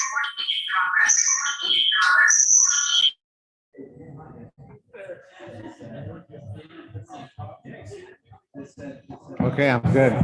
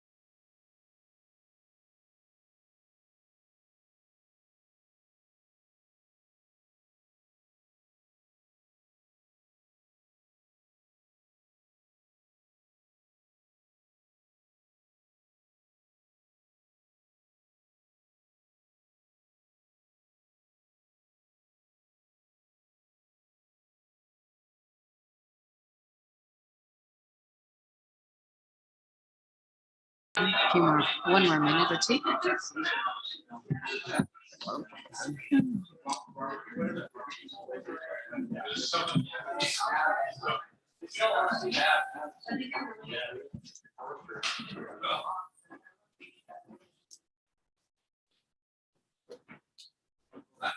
Oh, that's it. Hardly Andy need to do it. Warhol. It's so quiet.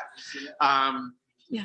Welcome everyone back to our afternoon session of the Board of Forestry, which is now in session.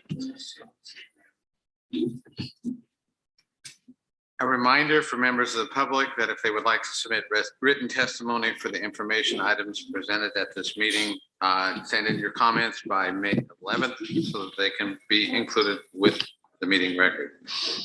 The next item on our agenda is the Forest Trust Lands Advisory Committee testimony with David Yamamoto. David, are you with us? I am. Can you hear me?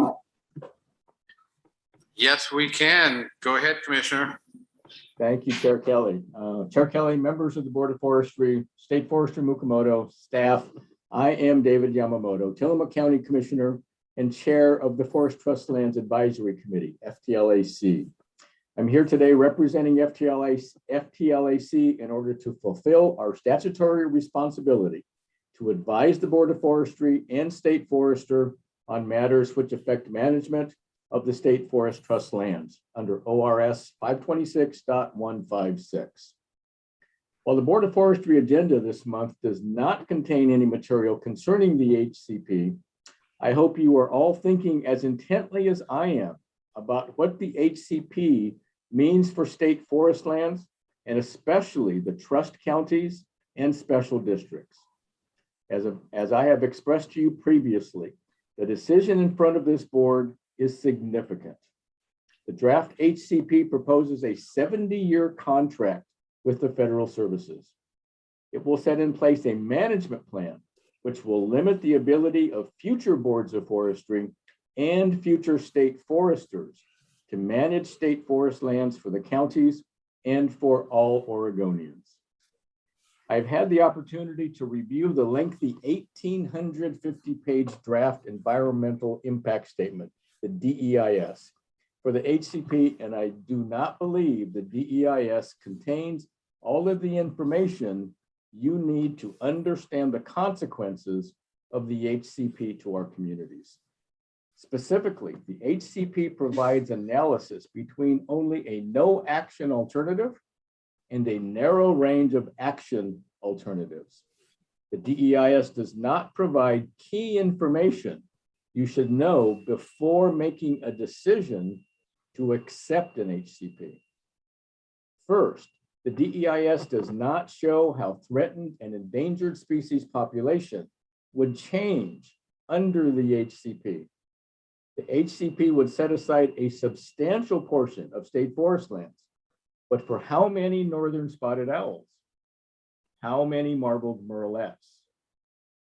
The DEIS does not inform you of the biological potential of the state forest lands.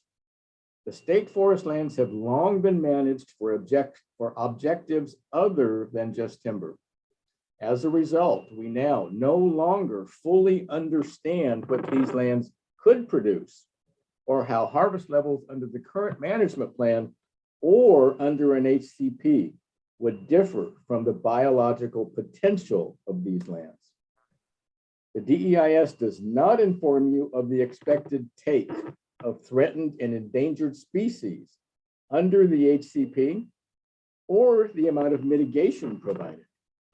The federal services state in the HCP handbook that, and I quote, the applicant will, to the maximum extent practicable, monitor, minimize, and mitigate the impacts, unquote, of take. Neither the HCP nor DEIS provide quantification of either expected take or mitigation. Both provide only summaries of acres of habitat, but neither consider how changes in quantity, quality, and configuration of habitat results in take or mitigation.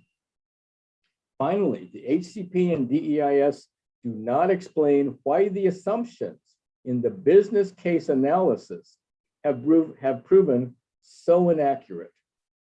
This business case analysis presented to the Board of Forestry in 2018 was instrumental in providing data that informed the board with sufficient information to direct ODF to continue pressing on with the HCP.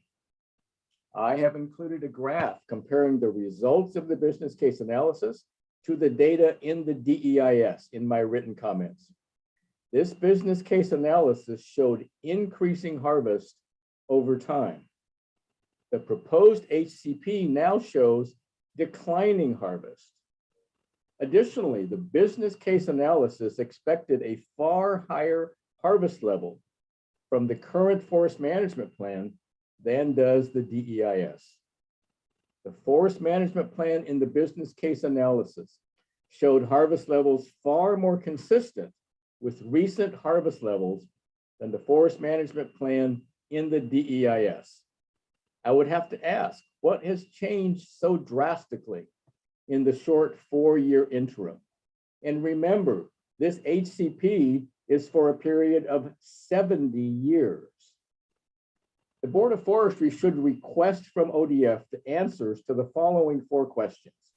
First, how would threatened and endangered species population change under the HCP? Second, what is the biological potential for timber production of the state forest lands? 3, how much take of covered species is expected under the HCP, and how much mitigation will be provided?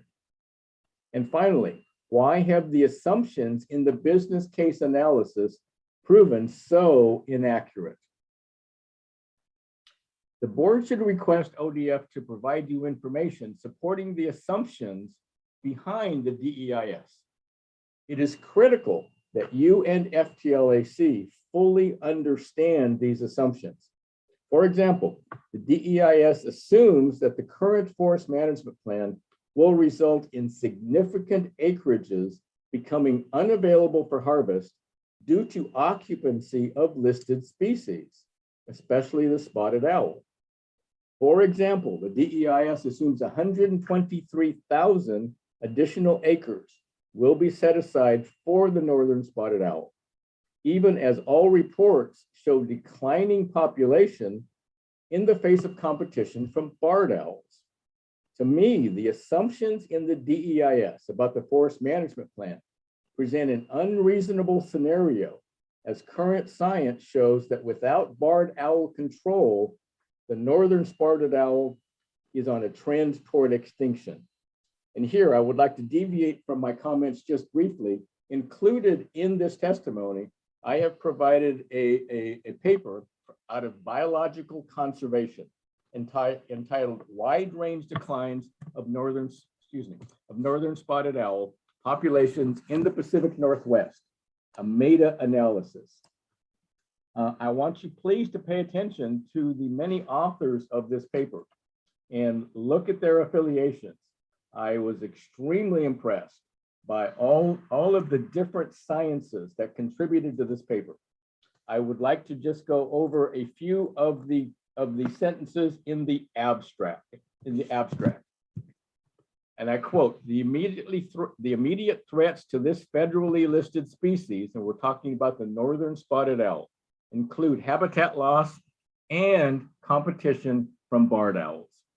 Barred owl presence on spotted owl habitat, on spotted owl territories was the primary factor negatively affected apparent survival, recruitment, and ultimately rates of population change. Analysis of spotted and barred owl detections in an occupancy framework corroborated the capture-recapture analysis, with barred owl presence increasing territorial extinction and decreasing territorial colonization of spotted owls. While landscape habitat components reduced the effect of barred owls on the rate of decline, they did not reverse the negative trend. Our analysis indicated that northern spotted owl populations potentially face extinction if the negative effects of barred owls are not ameliorated while maintaining northern spotted owl habitat across their range. This is one of many papers that are showing that it is not habitat that is the main problem with the spotted owl. It is indeed the barred owl, not habitat. And I was very disappointed that FTLAC's proposed alternative, which was all about barred owl control, was not adopted into the HCP moving forward. So continuing on with my testimony. Further, the DEIS assumes continued management under the current forest management plan for 70 years. However, 70 years of management under the current forest management plan does not represent the future of these lands. Under ORS 629-035-0030 sub 1 requires that the board review the forest management plan every 10 years. That same rule requires the state forester to develop forest management plans, just as State Forester Mukomoto is now doing. Change in forest management is inevitable. The DIS no action alternative does not consider this, but the Board of Forestry must. Members of the Board of Forestry, few people have the opportunity to make decisions affecting a multi-billion-dollar public asset and communities across the state. You have the opportunity by sitting on this board. As chair of FTLAC, I urge you to think deeply about the decision in front of you, to ask questions, to demand answers, to provide the full costs and benefits of the HCP, and not to settle with the limited information so far provided for you. And I appreciate very much this opportunity to address you today, and I would be willing to answer any questions that you may have. Great, thank you, Commissioner. Board members, so we have any questions at this point? Okay. The chamber has a hand up. Chair Kelly, I've got a question. Thank you. Commissioner, this is Carla Chambers, board member. We heard from Boise, Cascade, and Weyerhaeuser today, as well as you representing 14 counties, that this plan is quite narrow and doesn't balance out the social, economic, and environmental needs of our state forests. Would you talk about the people, the scientists involved in the study you're referring to, and who all they represented?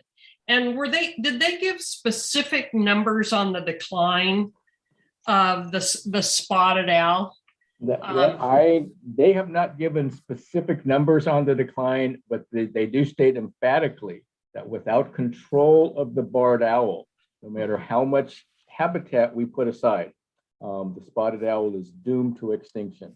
Yeah, and if you look at this august group of authors, I mean, they come from U.S. Department of Agriculture, U.S. Geological Survey, U.S. Department of Agriculture, U.S. Forest Service, Department of Fish and Wildlife and Conservation Biology, Department of Wildlife Ecology and Conservation, U.S. Geological Survey, Grand Canyon Monitoring and Research Center, Department of Mathematics and Statistics from Simon Fraser University, Oregon Cooperative Fish and Wildlife Research Unit, U.S. Fish and Wildlife Service, Oregon Fish and Wildlife Office, U.S. Department of the Interior, National Park Service, Department of Wildland Resources from Utah State University, U.S. Geological Survey, Northwest Climate Adaptation Service Center, U.S. Department of the Interior, National Park Service, Green Diamond Resource, California Timberlands Division, Radeke Associates, the Hoopa Tribal Council, their Forestry Division, U.S. Department of the Interior, Bureau of Land Management, U.S. Geological Survey, Colorado Cooperative Fish and Wildlife Research Unit, and Western Ecosystems Technology. This is just a wide-ranging group of scientists from across the nation that have looked at the issue of the spotted owl, and they see a problem if we don't drastically control the barred owl. Thank you. Thank you so much. Okay, Brenda McComb, go ahead. Yeah, thank you, Brenda McComb, for the record. Yes, ma'am. Thank you for sharing that publication, Commissioner Yamamoto. I think it is really an important one to share, but I think it's really important that you and others consider the interpretation of the results. Control of the barred owl is essential if the spotted owls are to continue to occur in most, if not all, of its range. But that's not it alone. That's not going to solve the problem alone. The habitat also needs to be available once the spotted owls, or once the spotted owls are free from competition from barred owls. Without that habitat being available, they still face declines. So it's not one or the other, it is both. No, and I absolutely agree with that. But unfortunately, this body, the Board of Forestry, is just considering state forest lands. When you look at Bureau of Land Management properties and U.S. Forest Service properties across Oregon, it's much, much larger in terms of the acres involved with U.S. Forest Service land, private timberland, BLM land, and the vast majority of that is already put in habitat reserves. Our Public Works Department is struggling mightily because our income, our operating revenue for our Public Works, our Roads Department, comes from U.S. Forest Service timber harvest. And again, 2 generations ago, we had over 50 people in our Public Works Department because the U.S. Forest Service was producing so much timber. Today, our Public Works Department is down to 13 people. And that's almost strictly because of the fact that U.S. Forest Service is not producing timber today. So there is plenty of habitat outside of state forest lands that already provide terrific habitat for spotted owl and marbled murrelet. Again, I just have to tell you, I don't believe habitat is the main issue here. It is the barred owl.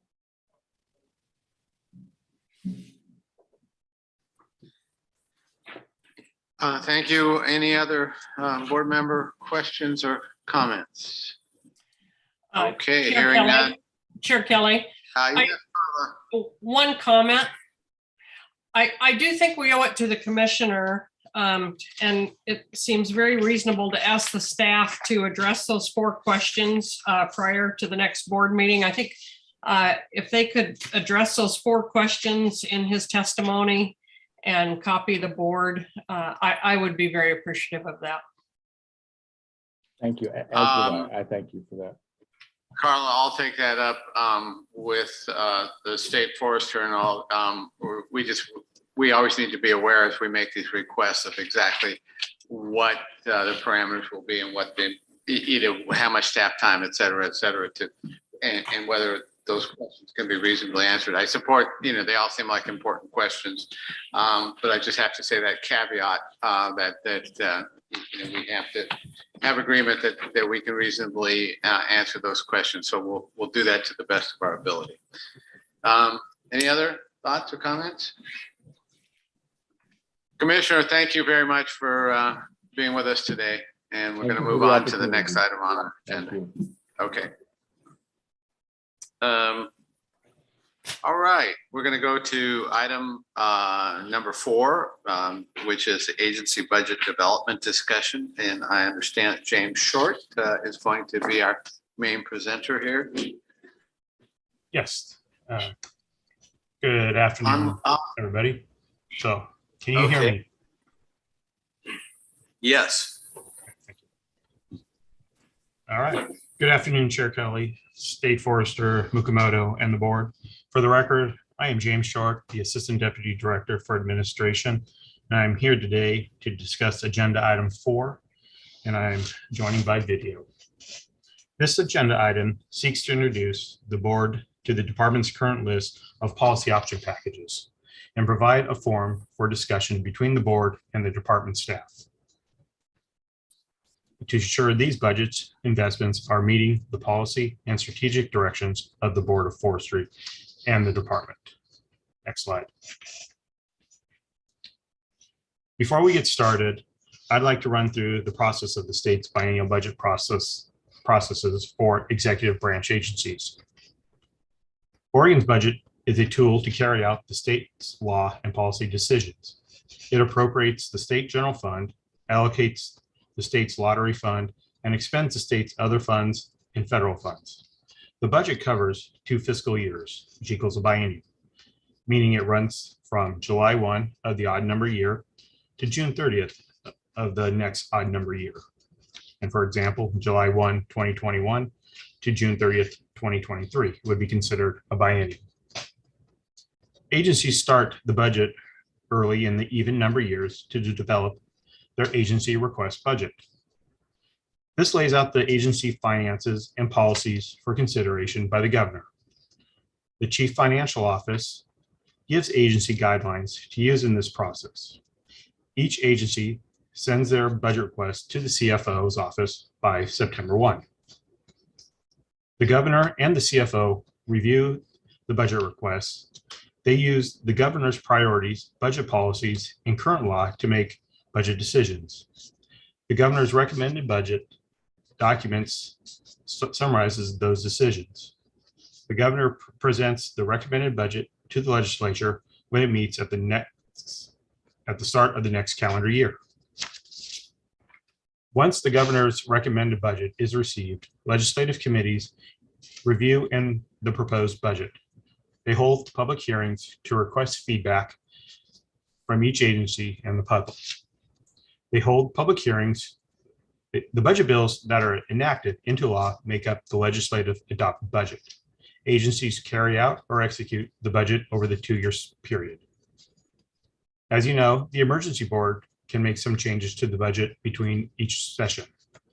The legislatively adopted budget and the changes to it after the emergency reviews it make up the legislatively approved budget.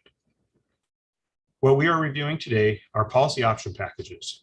A POP presents policy and program changes above or below the agency's current service level budget. The current service level budget are those programs within the current biennium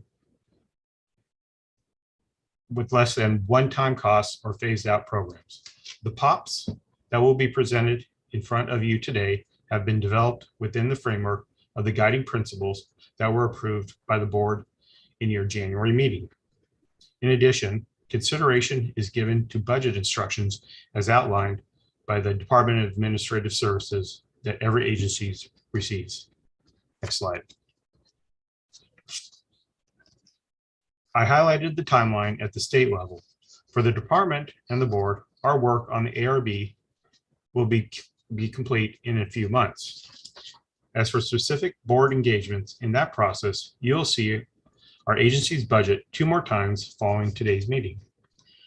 Today, we will be reviewing our draft policy option packages developed internally with some initial board and stakeholder input, and I will be highlighting the concepts of each of these packages.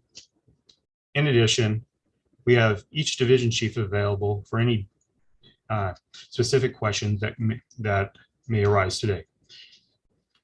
This list of POPs will continue to be worked on internally, taking any feedback received today, ensuring all technical aspects of each are fully vetted through the department's budget program. This includes calculations for personnel services, services and supplies, and other funding and budgetary considerations. In 2 months, we will be back with our final list of policy option packages for the board's final approval. At this time, these POPs will be fully developed and exact costs in the terms of personnel and funding will be available. In addition to board and stakeholder input, the department does receive input from the executive and legislative branch on potential efforts for investments. And it is possible that our POP list will change by the June meeting to accommodate some of those discussions.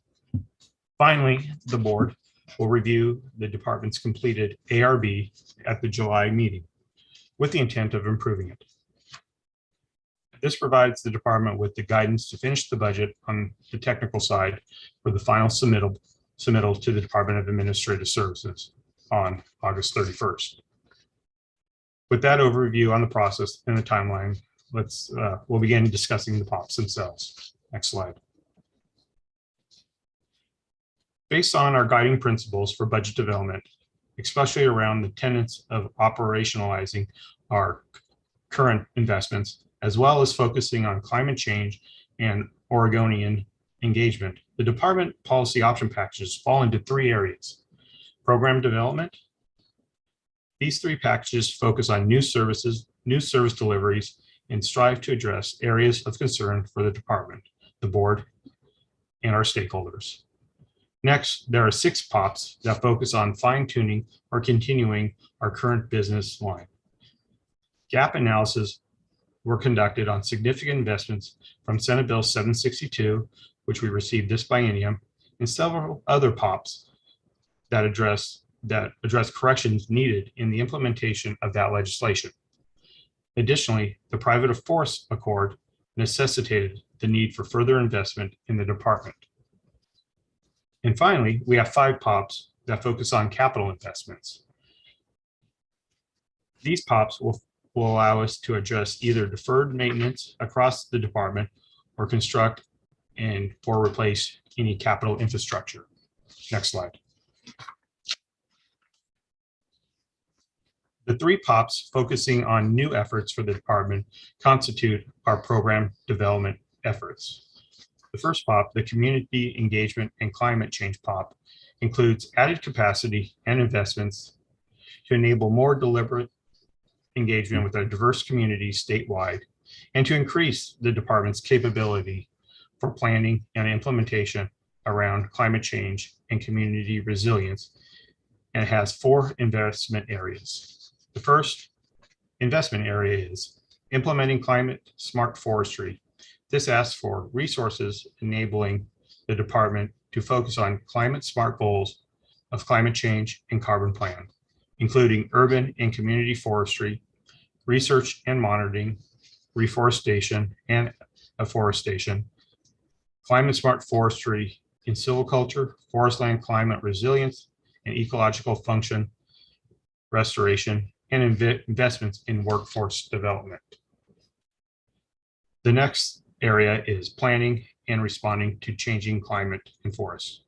This looks to add capacity to monitor and evaluate and inform response to climate change, enabling the department to better meet its mission and mandates, as well as address our policy intentions of the Board of Forestry. Third is interpretive education. This would add capacity to expand state forest interpretive programs beyond the Tillamook Forest Center. This includes a mobile interpretive education unit and supporting staff that will enable interpretive education specialists to travel to other state forests and to bring important I&E programs into underserved areas throughout the state, underscoring the agency's commitment to furthering the DEI initiatives. Finally, the electric vehicle infrastructure would install level 2 charging stations at each of our offices statewide, which will allow ODF greater flexibility when exploring EV procurements in the future. The next POP is our emergency and life safety. This includes added capacity and investments in the department's smoke detection camera system, radio communications repeater network, and adds a continuity of operations coordinator position to ensure compliance with statewide enterprise policy requirements. These investments will continue the ongoing investments in support of Senate Bill 762, as well as a continuation of the department's progress of implementing its automated vehicle location program, which was initiated during this current biennium. Finally, our last POP is the document management system preparation. This would provide for appropriate staff support for a future agency-wide implementation of our current a records management system as recommended by the 2021 MGO report. Currently, the department's information technology maturity model does not lend itself to the wholesale implementation of a document and records management technology solution.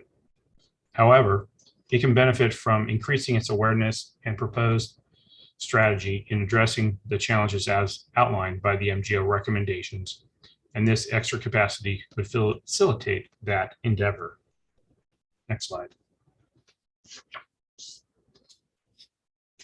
As for enhancing our service delivery within programs from our current service level, we have identified 6 POPs. These investments focuses on either enhancing current services, identifying gaps in previous investments, or needed investments in expanded areas of our programs. The first policy option package is the Private Forest Accord program development. This POP falls into these new efforts in existing services.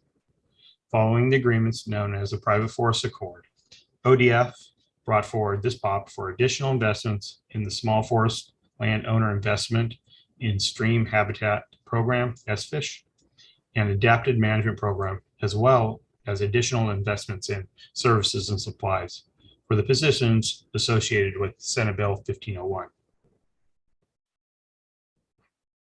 Within the Senate Bill 762 continuing investments, the department seeks to be made permanent and continue the efforts for the treatment programs to reduce wildfire risk on public and private forest lands and rangelands, funding to increase notices for property owners in high and extreme wildfire risk areas, and to make the Small Forest Land Grant Program staffing capacity permanent.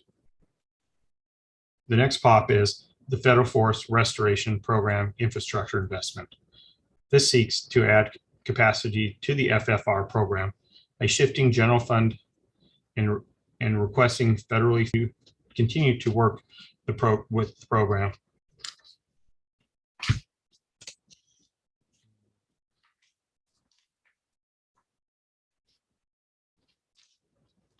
Lastly, within the next POP is the facilities management capacity. Last biennium, the department's facilities capital management program was given 2 limited duration positions to help facilitate various capital and construction improvement projects throughout the organization. With the amount of capital infrastructure work occurring within the department, this proposal seeks to shift those existing and limited duration positions to permanent. Next POP is part of our budgeting process, which is the ODS severity ask, which establishes a special purpose appropriation in the emergency board fund to pay the state's share of fire insurance premiums and to provide critical mobile severity resources, primarily contract air tankers and helicopters, positioned where and when fire danger is in the highest. And the final POP in the continuing business section is the department is requesting a one-time landowner rate offset continuation that was present in the current biennium's budget. This offset reduces the rate increase exposure to private landowners, and this ask is to allow for continued stakeholder and legislative conservation on all the full extent of the financial impacts of the Senate Bill 762, the full extent of the financial impacts of the Senate Bill 762 investments. Next slide. The department's final POP category is capital investments. As with every biennium, to ensure the governor's budget complies with the requirements of Senate Bill 1067, agencies that own state buildings and infrastructure must request Senate Bill 762 deferred maintenance investments to bring their budget to a level of deferred maintenance and capital improvements on existing state-owned budgets and infrastructure that is equivalent to at least 2% of the current replacement value of all the agency's state-owned buildings and infrastructure. Of the most significance within the department's capital inventory is a facility replacement POPs. The department is currently engaged in 3 capital construction projects. These policy option packages look to support the needed investments to further the project goals. In the case of the Toledo facility, a relocation project that the agency is currently undertaking, the release of additional bonding is required. For the Santiam and the Klamath facilities, both lost to fire, other fund limitation may be required to enable the utilization of insurance proceeds and other revenue sources to help complete these projects. And last but not least is the State Forester's office renovation package, which seeks to maintain and improve the department's longest held and continuous occupied facility while preserving a historic resource that defines both the department and Oregonians as a whole. This work would provide a healthier and safer environment for the building's occupants and users. It will renew outdated building infrastructure and systems and meet the modern needs of the department and improve the energy efficiency of the building. Next slide. That concludes my presentation, and I'll be happy to take any questions. In addition, we are looking for input to fine-tune our policy option packages, and I or any of the division chief can provide any further background. Thank you.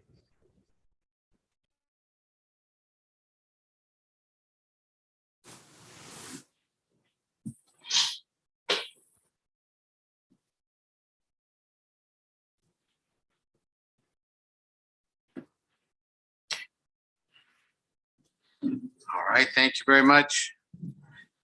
Do we have any questions from the board before we close out this item? Chair Kelly, I have a question. And my question is, looking at all these packages, we're sort of at the beginning of addressing, starting out to truly implement and understand climate change. And we've got a number of categories here. So in regard to adaptation of the workforce in the areas of the climate smart forestry and the planning and perhaps private forest accords and federal forest restoration, how much adaptability do you think that we have within these positions? If we find that some of our assumptions are going to work really well and we want to upsurge some of the work there, and that some positions complete even before we think or expect they would, that the work would be done. So I guess a basic question, if we at some point want to reconfigure a little bit within these positions to pursue things that are becoming really successful and even make them more permanent in structure, do we have that kind of adaptability within these packages for something like that? Ryan, are you coming up here to try to answer that? I thought that you would be the best person to do that.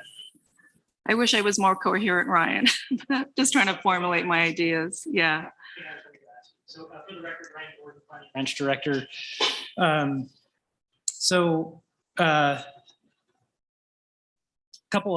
me share a couple of thoughts actually before I answer your question directly. So specific to this community engagement and climate change POP, we still have a lot of work to do here, I think, in terms of tightening it up, pulling it together into one single unified package. And that's something we'll definitely be working on over the next month or two. Okay. As the narrative says, it represents 4 different programs within the agency. We had 4 different proposals that came forward, and we're trying to, put them together into one clean package. So the reason I bring that up, 1, I think it's helpful context, but 2, it also helps to address your question in terms of in the short term, we have an opportunity to continue to make changes and massage some things here. Longer term, around implementation, we have, I was just talking with Kyle about this real quick, right? We can take and move positions around within these packages. And so for instance, they might be in some different programs in different places. We can shift the emphasis or focus as necessary. Longer term, with all the positions we have within the department, we do have that opportunity to make those additional adjustments and shifts as our work changes and the needs change. So I hope that helps to get That's really what you're Yeah. asking. All right. Thanks. Go ahead, Joe. Yeah, so I'm happy to see the landowner rate relief. Just as a comment, with Senate Bill 762, this rate relief that we initially was existed in my area, we're seeing rates increase more with that relief than I've seen since I've been in this business. So I mean, fire rates are going up on landowners in Eastern Oregon. That's a very, very big deal. I know that that's a one-time ask in this. What would go into making that more permanent? Because that's going to be a long-term issue related to, especially Eastern Oregon, keeping rates at a level that landowners can endure. So I don't know, Mike, do you want to take that, or do you? That might be a change, kind of a structural issue with these. I don't know that. I'll tell you what, I'll take a shot at an answer, and then I'll let James help me out if I go the wrong direction here. But I think the answer to that is that it would require some legislation to make that a permanent change. So what we're proposing in this POP is a one-time, essentially continuation of that offset. Beyond that, there is room and an opportunity for a conversation around legislation to make it permanent. And James, by all means, or others, correct me if I'm totally off course here, but I see Cal has given me the affirmative, so. You are correct, Ryan. I would just add in, when this came up, we were trying to determine legislative intent with adding that, and it was very unclear. So because of that lack of clarity, we went ahead and submitted the POP to give the landowners a chance to look at that. Maybe clarity could come through the legislative. Okay, great. Chandra. Chandra Fry for the record. So just on that same topic, when you're referencing the stakeholder and legislative conversation, this is an active conversation that's going on right now and expected to maybe yield a potential legislative solution. Is that correct then? Cal, do you want to? Are you saying that this is on the offset? On the offset, Yeah. So what was the question, Chandra? You guys were referencing that it's a one-time ask and there's this continued stakeholder and legislative conversation that this would allow for. And I'm just wondering, is that an active conversation that's happening now with the intent being we're trying to get to a legislative solution? I think that for example, at the board meetings for fire districts, they're starting to discuss this as a potential to discuss with legislative. What we ran into is the fact that this was given as an offset in 762, and all of a sudden, we don't have it. And that means, Joe's expressed the rates on land, and if you look at some of these districts, the rates go very high. And so this gives them, this POP would give them some period to find out what was the legislative intent. So I guess that's the question. Yeah, I was just wondering if that was just an active. I believe that some of this is already being discussed by the landowners. I don't know I'm not privy to those discussions. I'm outside that right now. And Chair, can I ask a different question too? You sure can. Thank you. So on the climate change POP and the community engagement, which I'm very excited to see this in here, because I do think one of the I've read the disappointments of the last session, right, where we did see significant investment and there was a lot to celebrate. We didn't see some of the POPs around climate change go forward. And frankly, our interpretive education program has chronically been, I think, underfunded, and those POPs that have gone forward in the past have traditionally not been successful. So I think it's great to see these here. I am curious for the climate change. I mean, we do have a lot of positions here. I've heard some questions, and I have them as well, around the connection to the climate change plan and exactly what we would expect these positions to do and which components of that they would further. So I'm wondering if in advance of June, we might be able to see a little clarity there and connect those dots a little bit. And then my other question is, I guess that wasn't a question, but moving forward in the ARB process, there's a lot of changes clearly that we might expect to see to the budget as it goes through the process. How do we prioritize if we get to a point where, pieces of these might move forward and pieces of them might not? Do we have a way of saying, we've got 20 positions here, but we think these ones would move the needle more? You know what I mean? These are all important and I recognize that. I'm just wondering what our process is for prioritizing. Yes, thank you. So I'll take the first question first, and then might be a team effort on the second question.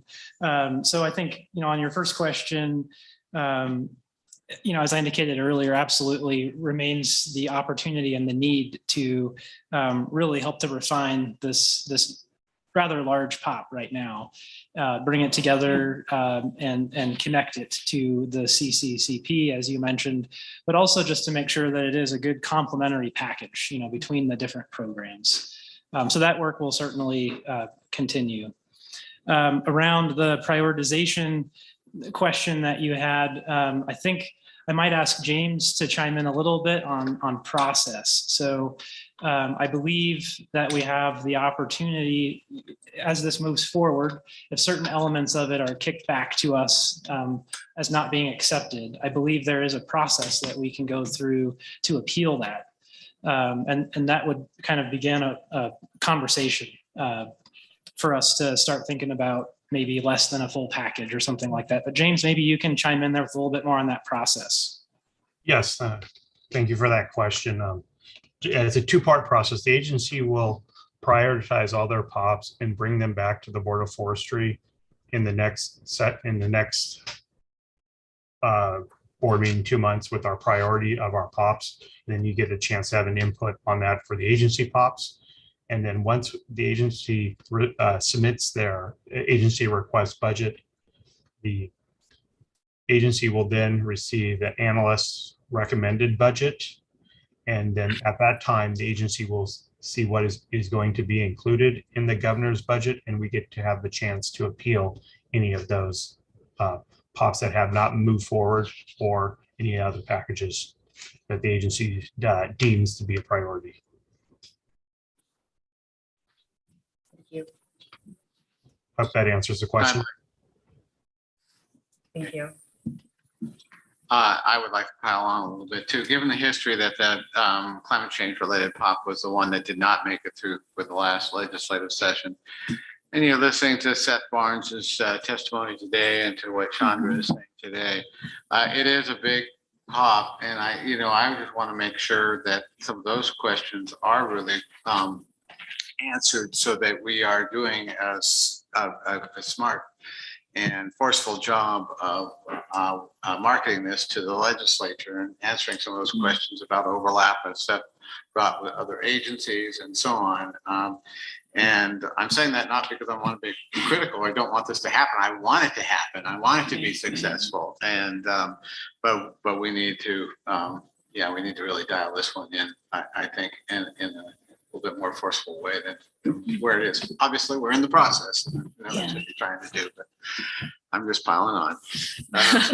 Okay. Other thoughts and comments? Sorry, can I ask someone?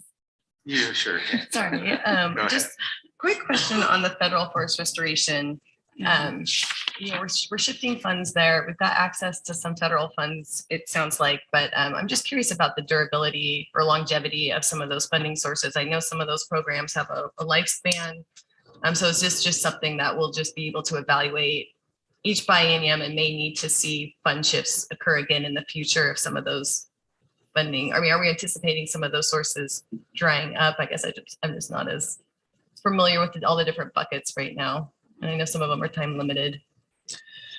Yeah, that's a great question. And I don't know that I have an immediate answer. I don't know if somebody from Forest Resources, if Josh Bernard might be available and able to help answer that one. I'm not sure. Good afternoon. Yeah, thanks, Ryan. Good afternoon, Josh Bernard, Interim Forest Resources Division Chief. Good afternoon, Chair Kelly, members of the board, State Forester Mukomoto. In response to that question, we've kind of done an internal needs assessment, and I would say that's the near-term outlook. It includes looking at kind of where we currently stand, as well as some of the things that may be coming in with the Infrastructure and Jobs Act. So as we look to put those into place, there will be a long-term balancing there. We know we have that work horizon in front of us in the next 5 to 10 years. That's kind of what we're looking at there in terms of planning at this point.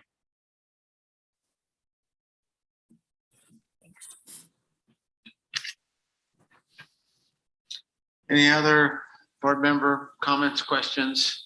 Chandra, you sure you don't have another question? I find so. All right. Thank you, Mr. Short and Mr. Gordon. Appreciate it. We're going to move on to the next item on our agenda. Item 5. All right. This is the report on the MGO management plan progress, and I think our main presenter will be Sabrina Perez, and she will introduce a couple of other folks that were going to be helping her out, as I understand. Sabrina, go ahead. Thank you, Chair Kelly. Chair Kelly, State Forester Mukomoto, members of the board, good afternoon. I'm Sabrina Perez, Senior Strategy Manager for the Administrative Branch, serving as coordinator for implementation of the recommendations defined by Macias, Gini, and O'Connell, also known as MGO, an independent external review firm that conducted an assessment of the Department of Forestry's financial management. Previously, last June, the department presented results of that review and our management plan for implementing the 28 recommendations defined by MGO.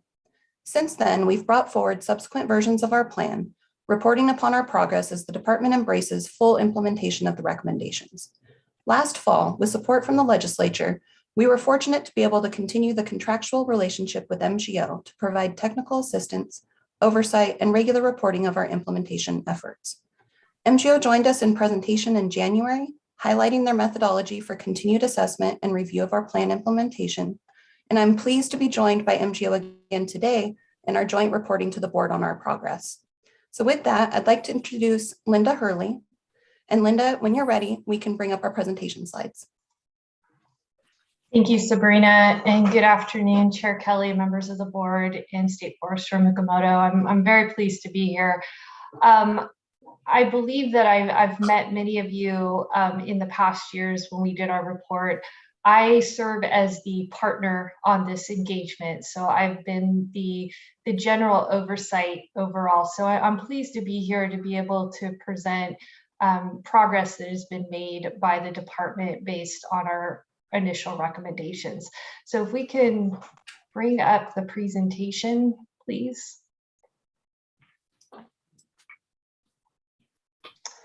Thank you. All right, let's advance a slide, please.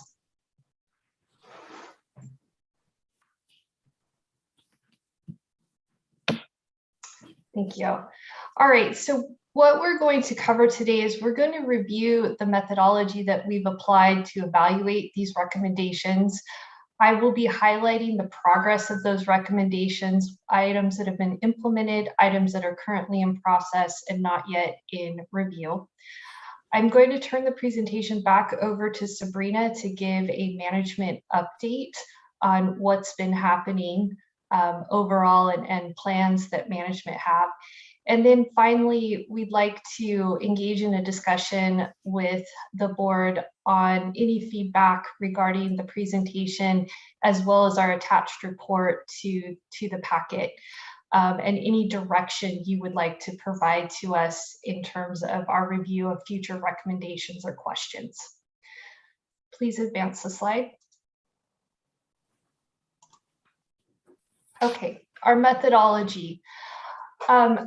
Essentially, we identified documentation that would be sufficient to satisfy the implementation of the recommendations.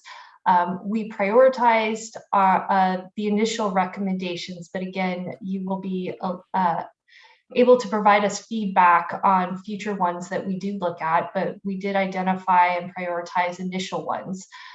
We requested documentation from management, and so Sabrina has been coordinating throughout the department to collect that information and provide it to us for evaluation, which is our where we conducted an analysis of that. And so we read the documentation in depth, whether or not it was formalized as policies or procedural documentation, but also communications between the department to see that information and decision making was progressing.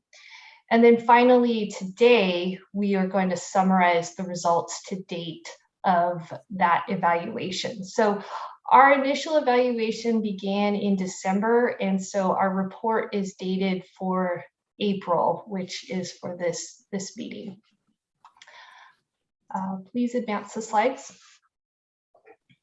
All right, our implementation status overview. We identified 28 recommendations in our initial report in April of 2021.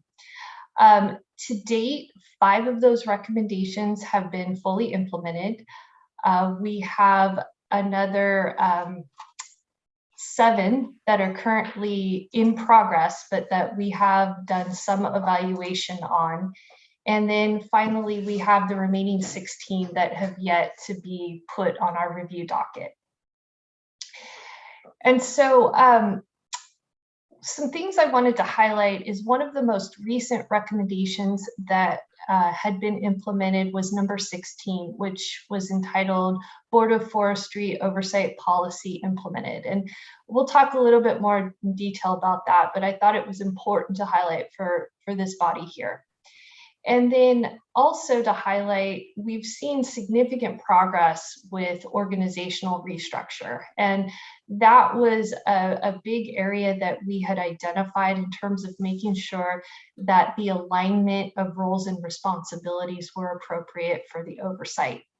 And finally, documentation. So consistent documentation and communication of accounting policies was very important. So we see significant progress in these areas, and we're continued to be provided that by the agency for evaluation. All right, if we can advance to the next slide, I wanted to talk about briefly the 5 that have been implemented. And this covers cost sharing agreements, cost share settlements, cost share collections. I did mention the Board of Forestry Oversight Policy, and then information technology. And in this chart, you can see that the first 3 were initially identified as high-risk areas. And due to the work that the department has done, we have reduced that risk to low risk. We also, and so the 4th one was medium, and it's now been reduced. Information technology was identified as low risk, but there were procedures and work that the department did to implement that piece of it. I can briefly go over at the pleasure of the chair, briefly go over the results of the implementation, or I can answer any questions from any of the members of the board on the implementation of these recommendations. Chair Kelly, do you have direction? Would you like a summary of each of these 5 in terms of what the department has done to implement? I'm going to believe that my fellow board members have read the materials that have been provided, and so I don't think it's necessary. I'm seeing assent here as I look left and right, so I don't think that's necessary. Okay, thank you. All right, then we can advance the slide to those recommendations that are in progress. All right, so we have 7 in progress that we are actively reviewing right now. And you can see that the first 3, cash flow projections, cost estimates, and the accounts payable, process, they have moved, or we have moved the risk rating from high to medium. So that is a significant change in this review cycle. So the evidence has been demonstrated to us that the progress has been made either through various documentation or other changes in process or policies. There's been, let's see here, some of this has to do with some phase 2 implementation, such as recommendation number 9 in AP processing. The department is really coming together to ensure that there's consistency, that there's use of state approved systems, specifically organ buys. And so it's anticipated that some of these will definitely be cleared in the next round. And, some of them have been significantly addressed. However, we want to make sure that the process is consistent before we will communicate to you that we believe that it has been implemented. But again, our comments on that process and just management's progress are in detail within our report. So I would be happy to answer any questions on any of these specific items if there are. Otherwise, we can move on. All right. So hearing none, let's advance. Oh, I'm sorry. Oh, just not seeing any questions, no. Okay. All right. Thank you. And so advancing to the next slide 7. We have, as I mentioned, 16 recommendations that are not currently under review. And that is part of our final discussion after Sabrina makes her management update to just see if there's any feedback from board members on any specific recommendation within those remaining 16 that you're interested in adding to our docket in the next review cycle. So with that, if we can advance the next slide, Sabrina, would you like to give the management update? Yes, thank you. Okay, so MGO's current assessment focused on select recommendations for this cycle's review, while simultaneously the department is actively moving forward with implementation across several of the other recommendations as well.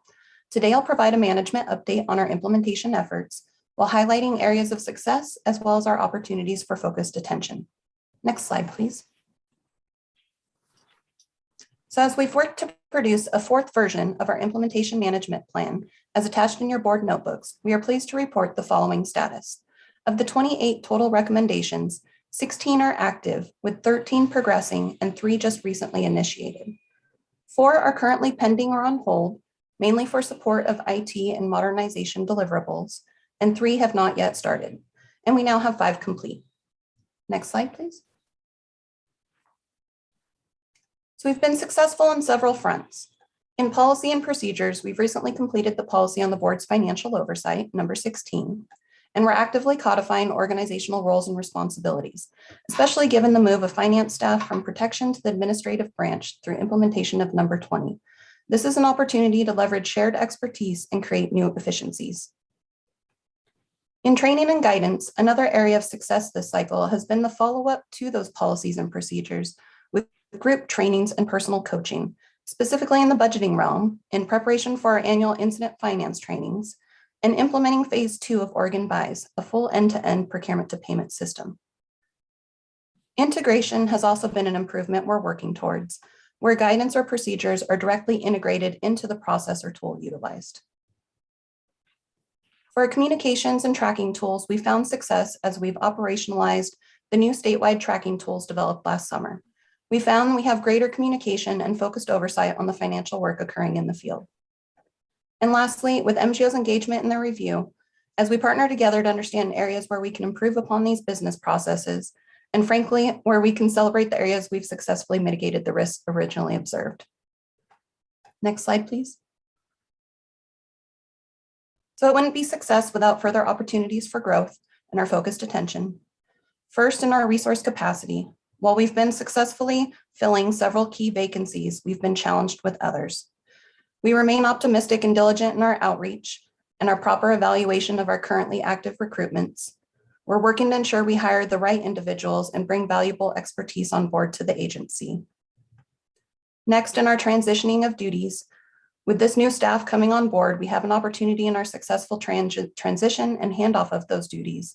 In some areas, this is new energy and new eyes on the work we're doing. And in other areas, it's ensuring the new staff can quickly assume our core business duties, which would allow existing expertise to focus on these project-specific deliverables, such as continued policy development. There are several recommendations that are close to being finished that simply require our focused attention in this realm. I look forward to coming back in future presentations and demonstrating our attention on this opportunity at hand. Next slide.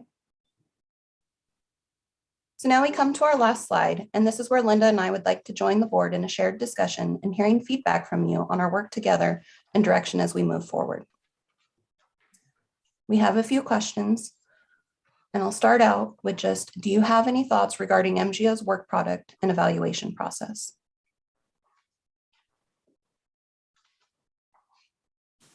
Board members? Chair Kelly. Go ahead, Carla. I think MGO has been remarkably professional and certainly recognized as one of the lead auditors that we could have possibly worked with, and you know, the results are bearing out. So I would thank Linda and her team for the leadership from MGO, and also the legislature for allowing MGO to continue on, because it was clear that we needed that help and that support to rebuild some of these systems and some of this infrastructure. So you know, I would just say thank you. I would add to that, you know, I tend to look at these kind of materials from sort of an exception reporting type of approach. And so I'm looking at, okay, these are done. And all of these others are not one, you know, that was a high priority, that remained a high priority. So anyhow, you ended up presenting a very boring report, and I really appreciated that. Keeping this stuff at the level of great job with that. You know, I mean, I laugh. We can laugh about it, but the reality was, for several of us, Joe Justice and Brenda, who've been on the board a little bit longer, we have seen the damage when this department did not have the credibility with the legislature or the governor's office, and that when we could not credibly say, as I kept saying, you know, how much do we owe and how much are we owed, and that it was not a good situation at all, and we've come a long way. So congratulations to you all. Keep it boring, please. Chair Kelly. Yes, Liz, please. Liz Eckhouse, board member for the record. I'm doing it. I've got my notes.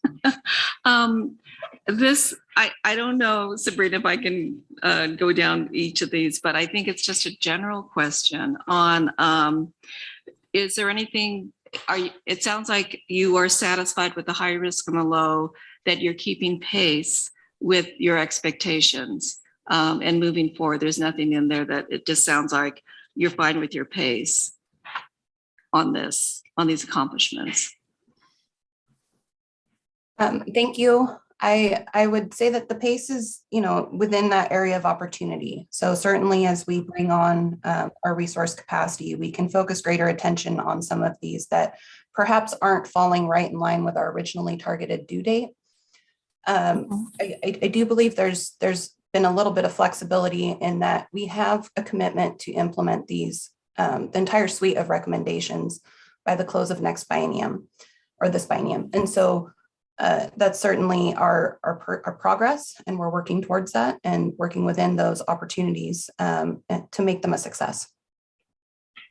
Okay, and then I do have a second question, and it's just, and forgive me because I don't know if this is very compartmentalized away from that, but is there anything that keeps you up at night regarding these and the accomplishments and our 2022 fire season? I don't know if they cross or if there's overlap, or there's a need to lean into any of these for that reason. Thank you. I think we're appropriately positioning staff to to be able to focus in on these recommendations while recognizing the fire season that we have. It is part of our planning work. We know that fire season comes along and it is a priority. And I say that while at the same time recognizing that we will have that capacity for fire, but we also have the capacity remaining in-house. And so there will be continued progress with other individuals within our agency continuing to move the mark on these recommendations during fire season. But I do think, that is a continual thought weighing heavily on our minds is the capacity with competing priorities across the agency. That would be the biggest. I think Cal is going to have a comment on that specifically, and then Brenda, and then Carla. Thanks, Liz, for that question. What keeps me up at night is fire season. Yeah, the whole thing. Yeah, but I also want to talk about the agency as a whole. We're going through a lot of change, right now. We have climate change initiatives. We have the PFA, which is really important. We have fire season coming on. But we also received some good support from the legislature. I mean, we received that $50 million cash flow. We continue to be able to have open discussions with legislators about our situation. And at the same time, we're able to, through the MGO process, start shoring up our procedures. So, and then finally, I want to talk about the long term. We're going to be solving some of the major financial issues that are driving a lot of our, the ability to rob Peter to pay Paul, and not utilizing our resources as best as we'd like to. We're looking at some potential long-term solutions. So, but what keeps me up is the fact that Mike Shaw is doing a great job of producing a lot of rain. But we still have a big drought. This looks like it's going to be a fire season that's going to at least match 2021. And so, and then plus we got a layer of inflation on top of that. So anyway, that's all I want to say. Yeah, reminding you all that, we have a committee that is working on this full of talented people, and that we should, have a proposal that is going forth that you all will see and hopefully approve going forward with the legislature next year. Brenda, you've got your hand up. Yes, thank you, Chair Kelly. Brenda McComb for the record. Whereas, Jim, you found this to be a very boring report, I found it to be pretty exciting. So I just want to thank Sabrina and Linda and all the folks that they work with for making the progress that they've had. And I do hope you take some time out to celebrate these achievements. And as you continue to move forward with all the work that is yet to be done. But this is, as Jim said, Joe and I have been here a bit longer than the others. This is really great. This is good work. Thank you.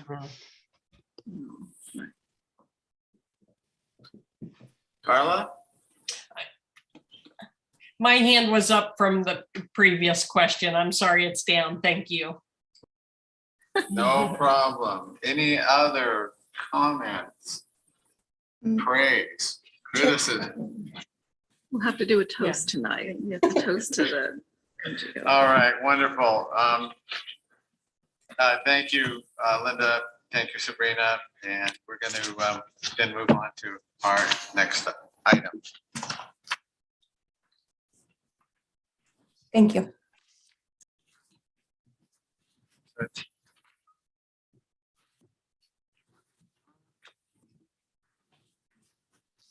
I think again, we are of schedule. Yay. Which is, pretty impressive. How are we doing this? I don't know. All right. Let's just at this point, we can take a 15-minute break. And the current time is essentially 2 o'clock. So let's reconvene at 2:15. Good job, Chair. Sorry, I was late. I took a call from Chief of Human Resources. I have an issue. Good music. This stuff was kind of More than the grocery aisle. I know, right?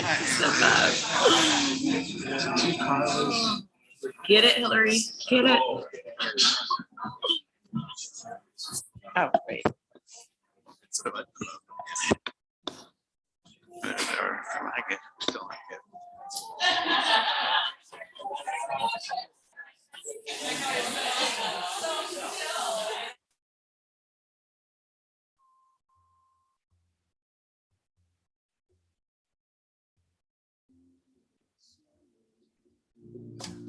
Here, take my sweater.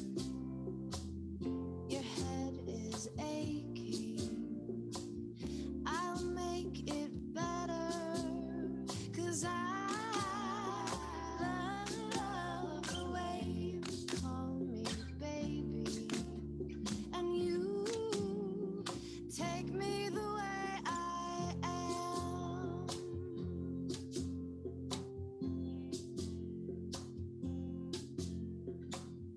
I'd buy you Rogaine when you start losing all your hair. So on patches to all you tear. 'Cause I love you more than I could ever promise. And you take me the way I am. You take me the way I am. You take me the way I am.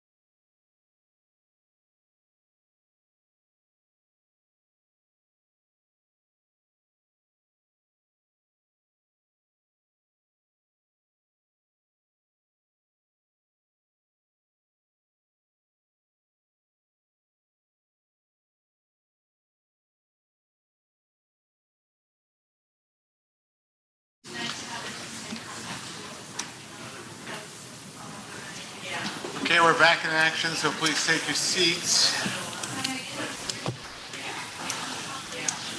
Don't make me gavel.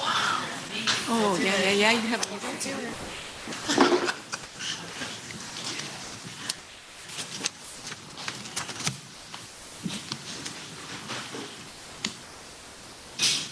Welcome back, everyone. Our next item here is a presentation on the field tour that we will have tomorrow. And Ryan Gordon is going to walk us through that. Popular guy today. Yeah, you guys are stuck with me again. Yeah. It's going to be some relatively brief comments, but again, good afternoon, Chair Kelly, State Forester Mukomoto, and board members. My name is Ryan Gordon. I am the Planning Branch Director with the Oregon Department of Forestry. And I appreciate the opportunity to provide an overview of tomorrow's field tour. And also really do want to welcome the public to join us tomorrow. It's a great opportunity to spend some time on the ground, kind of just kicking the dirt and hopefully having some relatively informal discussion. We do have a formal agenda, which I'll walk through here right now. But really the intent of the day is just to get outside, spend some time together, look at some things and have some meaningful conversation. The agenda itself is really built around a few key topic areas: fire response, community wildfire preparedness, mitigation, post-fire recovery, and resilient communities. To help us through that discussion tomorrow, we'll be joined not just by ODF staff, but also by local partners and landowners who will help to lead the discussion across 4 different stops that we've got planned. So the day kicks off around 9:15 with opening comments from the board chair and state forester and the Eastern Oregon Area Director. And then at stop 1, the focus is really on fire suppression in the wildland urban interface. The meeting point that we'll be at is within the Aubrey Hall fire footprint, which burned about 22 homes over a period of 10 hours back in 1990. And that really helps to set the stage for much of the discussion through the day, which will focus on the importance of collaboration and coordination to address planning and implementing mitigation, suppression, and post-fire restoration. The second stop is within the West Bend project, and it will focus on some of the key challenges associated with collaborative work that crosses multiple ownerships. And from there, we'll move on for a lunch stop where we'll discuss shared stewardship and the Federal Forest Restoration Program, which are 2 additional tools for landscape scale work. The stop will also include an overview of current work on the 20-year strategy to achieve resilient landscapes in Oregon. From there, we'll move on to the 4th and final stop, which will focus on the challenges of post-fire restoration, especially in the face of climate change. And at that last stop, we've got about a half an hour or so set aside on the agenda for some wrap-up discussion about topics that we've addressed through the day. So at each of those stops, we've slated about an hour or so for discussion. Of course, that includes all the logistics of getting into the vehicles and out of the vehicles and gathering around and getting audio set up. So in reality, probably around 45 minutes or so of discussion. Over the lunch hour, the hope is really to enable some space and an opportunity for informal conversation and discussion. So we'll probably keep the formal part of that discussion to about 30 minutes or so. The full itinerary and description of all the stops and the plan for the day is available in the lobby. It's also available on ODF's external website for folks who are joining us remotely. If you go to our external website and access the board site, you'll see all of the board materials for today's meeting. We do have carpool arrangements set up for board members and staff. We'll ask other folks to please provide for their own logistics, including food, water, et cetera. But we certainly encourage carpool. There is, I think, pretty good parking at most of these sites But obviously, to the extent we can limit the train of vehicles, the better. And finally, just a reminder to be sure to dress for the weather tomorrow. So that's all I've got prepared. Happy to answer questions, or if anybody in the back of the room has a prompt for something I failed to say, let me know. Thank you. Thank you. Great. We are very far ahead of schedule, and wanted to know if anybody has any questions related to tomorrow. Comments? Okay, no problem.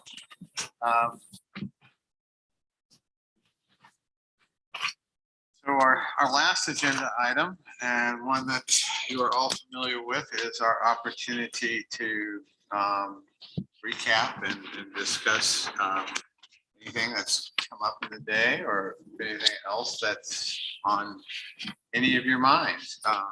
And I would encourage both board members and Cal and any other ODF leadership here to welcome to a conversation. And so anybody, yes. I'll just make it quick. Thanks for all the, I know it's a big lift to come out of Salem and do this kind of meeting. Thank you very much, staff, for the work to put this together tomorrow. I mean, it's since I've been on the board, this is really, I think, the first time we've met kind of outside of Salem, which is great, and have a field tour tomorrow. But really looking forward to. But I understand the effort that's involved in doing this, and that doesn't. I really appreciate it. So from all of you guys, thank you. So, Ben, sorry. Ben Doimling for the record. First of all, just echo Joe's comments. It's really wonderful to be out of Salem, to have a reason to be over in Bend, and my first board meeting with the public in the room, which is a real treat.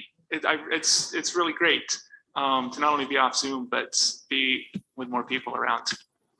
As I reflect on this meeting today, for me, I've been on the board a little over a year. I feel like this is a watershed moment in some more important ways as well. This is the first meeting where it feels like to me where we're doing important forward-looking work, and we're not playing catch up. I feel like this whole last year of me being on the board, I came in, there was just this deluge of kind of emergencies that we've been dealing with, and struggles and challenges, and they haven't gone away, but the agenda today, that what we're working on today, talking about today, feels forward-looking. It feels positive, it feels exciting. There's challenges, there's work, that's for sure, but the tone feels different to me. It feels very positive. And I just wanted to sort of call that out, that I think we've all worked really hard over this last year that I've been on the board, and I think we have a lot to show for it. And I think Cal gets some of that credit. I'm really glad Cal's here, and I think he hit the ground running, and I think a lot of this goes to you. We're in a good place right now.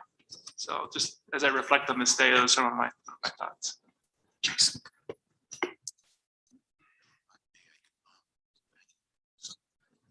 Yeah, can I say a few words? Chair? No. Oh, okay. No. Oh, I see that. Okay. I just really wanted to, it's great to be in person, but one of the great things about being in person is you see old friends in the audience. Representative Jason Croft from District 54. Thank you for coming. You know, without the support of the legislature, we wouldn't be able to do any of this. So thank you so much. Jim, would you like to say hi to Jason? Hi, Jason. I've got plans for the audience here. You do? Shortly, yeah. Oh, okay. Yeah, Well, I'll just hand it over to you, but it's just been great to be in person. Carla, you've got your hand up. Please go ahead.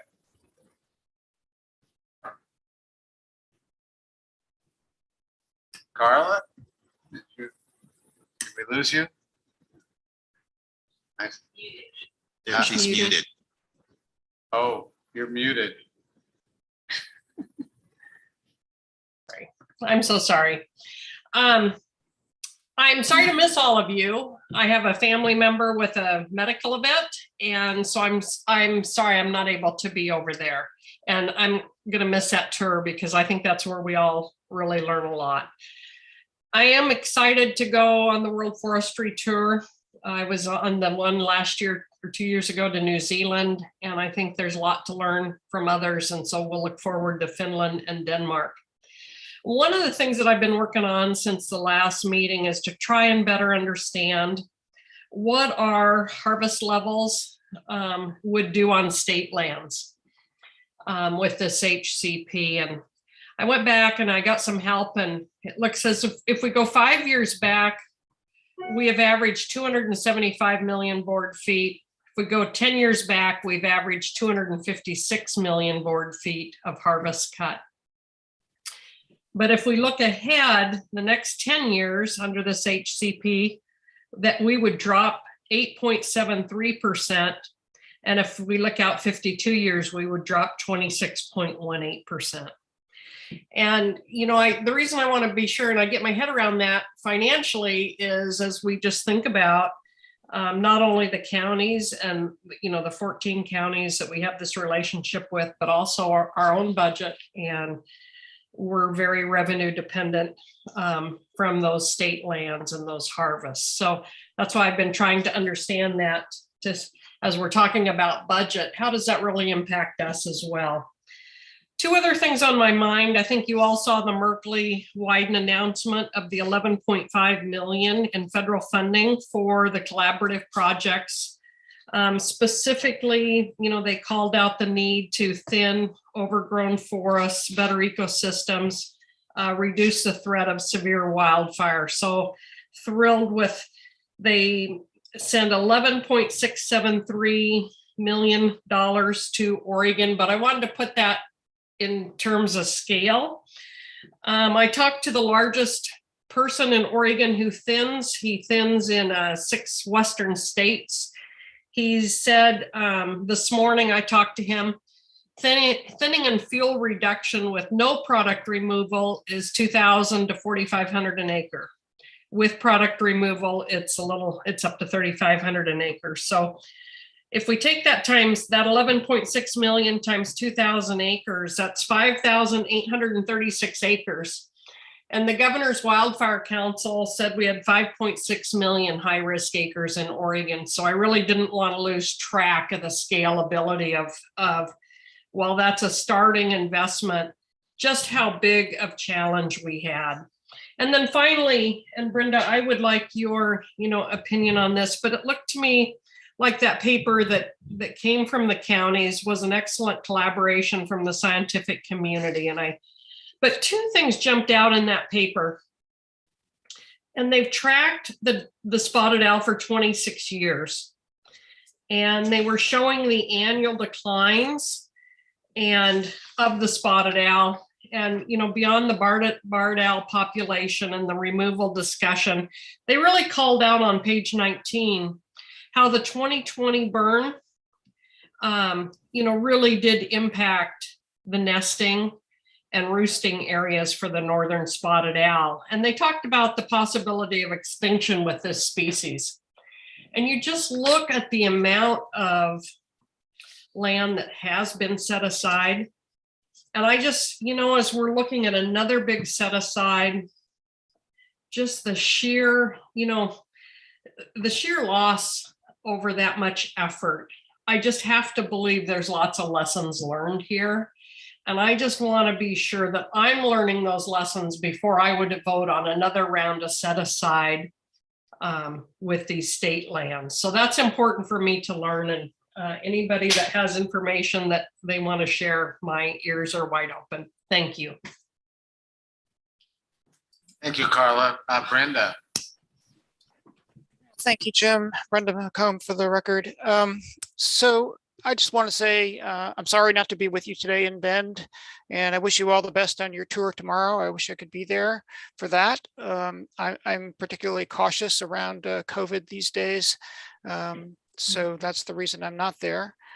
But I share Ben's assessment of today's meeting, and that is it feels so different looking forward and seeing some progress happening within the agency. So I just think stars are aligning in a way that really allow the agency, with Cal's leadership, with the excellent folks that are leaders in the agency now, with the new board members, that we're really going in a good direction, and it just feels good. The other thing I'll just comment on quickly, since Carla brought it up, is that yes, it was an excellent paper, and it is broad collaboration across among scientists across a number of different agencies and industries. And it is true that things like very intense wildfires that kill the majority of the trees over large areas are going to have an impact. There's no doubt about that. But that's not the kind of wildfire condition that many of these species have adapted through over centuries and thousands of years, millennia. Mixed severity fires were the rule. Large, intense wildfires were the exception, but that's not the case anymore. And so I think it's even more important now to pay attention to ensuring that the habitat that is remaining is adequate to support the remaining populations of the species, while attending to the issues around the invasive but yet native to the US barred owl. So I'm excited about the HCP going into effect, not only to help support whatever remaining barred spotted owl populations might remain, but also contribute to murrelet recovery and to ensuring that marten have a place to live, and that the salamanders that are at risk can do okay. But you know, the HCP is not a recovery plan. It's only a plan to keep things stable. So with that, I just want to say, you know, thanks to everybody for organizing this event in Bend. Even though I couldn't be there, I know that it was a huge lift to make it happen. It's the sort of thing that I had been calling for. And should my anxiety around a pandemic begin easing, I'll be joining you again in the future. So thanks again. Okay. Other comments and thoughts? I have one more. Go ahead. Okay. All right. I have to say this, since I'm the state forester. We only have a few more days left to celebrate Arbor Month. And, you know, it was declared by Governor Brown to be Arbor Month. And it's because on the west side, the beginning of the month, we're starting to wind down in our planting. And, you know, and on the east side, we kind of strike up our planting season. So it's a good time to go out and appreciate those trees. And, you know, so whatever you do, plant a tree or just go into the parks around here. We're going to be visiting one tomorrow, Shevlin Park. And, you know, just be happy about trees and all they do for us in Oregon. So I had to do that, Jim. Sorry. You had to do that. Great. Thank you. So I'm thinking, you know, we're ahead of schedule. And I'm just thinking about the fact that, you know, the first year and a half, 2 years that I was on the board, we regularly have those meetings in Salem, and it starts out, there's usually 50 or 60 people in the audience, a little bit smaller group here in Bend. And, you know, at the beginning, if you're a board member, pretty much everybody out there is a stranger, and then slowly over time, they become more and more familiar faces, and you start to get to know these people. And, but I think we might have a one-time opportunity here, and I hope this doesn't drive anybody nuts, but I would love it since we've got a relatively small group, for each of you to just be able to introduce yourself quickly, tell us why you're here, like my boss made me be here, and comments or not, and if you just want to pass, that's okay too. Are you guys willing to play here? Yeah. Homework for the audience too, Jim? Yeah, homework for the audience. Oh, wow. There you go. Spring another homework. I'm getting a reputation. That's the green light. We can start in the front. All right. Well, good afternoon, everybody. My name is Cameron Scott. I'm with the Central Oregon District. I'm currently interim federal forest restoration coordinator, filling in behind Ryan Miller while he's up with the area. I'm here today. This is my first board meeting I'm attending, so here to meet some new people, see how the inner workings of the agency go. So yeah, thanks for having me. Megan Tuttle, Weyerhaeuser Environmental Affairs Manager. I work in Washington and Oregon. It's wonderful to see all of you in person since I've been coming to these meetings at least since the SSBT rulemaking. And Ben and I went to Whitman together. We lived in the same dorm freshman year. Whoa. Big connections. And I was reminiscing earlier on the last board meeting that we had in Eastern Oregon field trip instead of Central Oregon, which was either Baker City or where were we? Does somebody remember? Ancient history. No? LeGrand. Baker City was the ODFW meeting the day before. So I think we still have PTSD from that one. But LeGrand was a lot of fun because the field trip meetings are always very casual. So Jim, it's nice of you to give us this opportunity to introduce ourselves. I do environmental regulatory affairs for Weyerhaeuser. So it's a lot of Washington and Oregon forest practice regulations, endangered species issues, clean water. And I'm just really excited to be here in person and very impressed with how thoughtful the board conversations have been lately and how hard you've worked to integrate the public into your discussions and go back to Zoom and hybrid meetings with Hillary's wonderful assistance. So it's nice to be able to be here again and to have these conversations and to make sure that our dialogues can improve and we have these opportunities over time.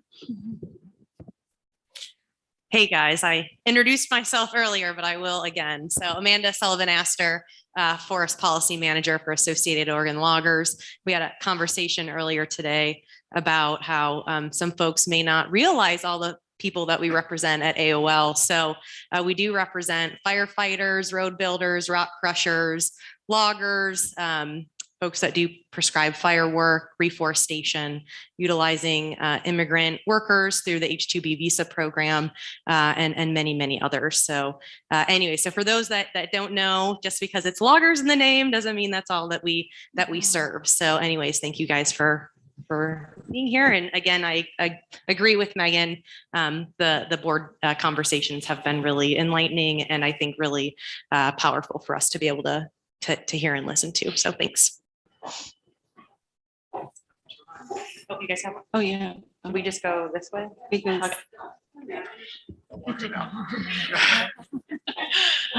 hello again. I already talked today, so I won't take up too much time, but my name is Laura Wilkinson, State Forest Policy Director for Hampton Lumber. So I'll just say this is a great meeting to be in person. I've never attended a board meeting in person before, so this was nice.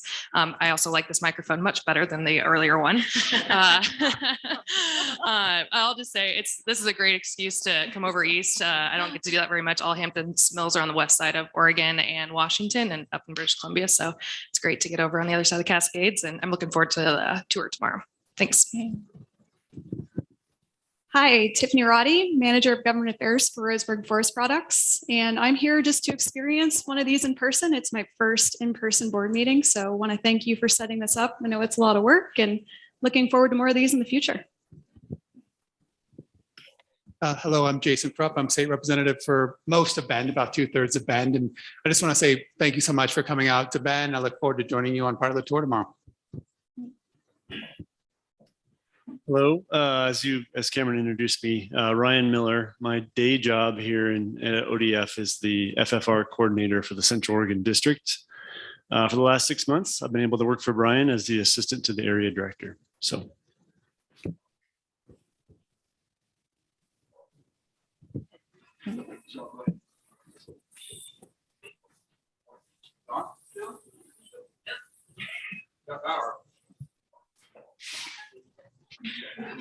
We'll rescue you. Money. How are we doing now? Okay, great. So good afternoon, everybody. Ron Zilli. I serve as the Deputy Division Chief for State Forest for Planning. There's not much state forest topics on the agenda today, but I'm here to reconnect with people. I haven't met some of the board members in person that I've, been in Zoom meetings with, and wanted to have the opportunity, given the agenda and the social, to spend time to build relationships with folks and also see some of my fellow staff members that I haven't seen in a while. So although the work is important, I'm on the agency leadership team, and it's very important to stay connected to what's really going on, broader agency with all the forming and other things we have going on. So happy to be here. Good afternoon. I'm Claire McGrew, serving as Chief Deputy at the Oregon Office of State Fire Marshal. So sitting on the other side of things, good to see some familiar faces with you guys here today. Also looking forward to building some relationships. Good to see some old friends here. Looking forward to the tour tomorrow. Thank you. Good afternoon. Jay Gibbs, Basin Team Leader for Natural Resources Conservation Service. I'm here at the invite of my friends from Oregon Department of Forestry from Eastern Oregon. Work behind the scenes on a number of NRCS and ODF agreements. We primarily focus on non-industrial private forest lands. Just a great opportunity to see how we can continue those collaborations. It's a target-rich environment out there. Hi, Cindy Robert. I'm with Manulife Timberland and Agriculture. Some of you still call it Hancock. It's just a rebrand, same people, same outline. And I'm a contract lobbyist for them. I've been a contract lobbyist for 32 years because lobbying is a stepping stone to nothing. So I'm kind of stuck here. But I've been with Manulife just for 4 years. So really excited to be here. I do want to point out one thing, because I keep hearing over and over again, people talking about adaptive management and science. And I just want to say that two of the important parts that came out of the private forest accord were in fact adaptive management process that I hope extends beyond just the private forest accord, and shared science teams, which I hope extends beyond the private forest accord.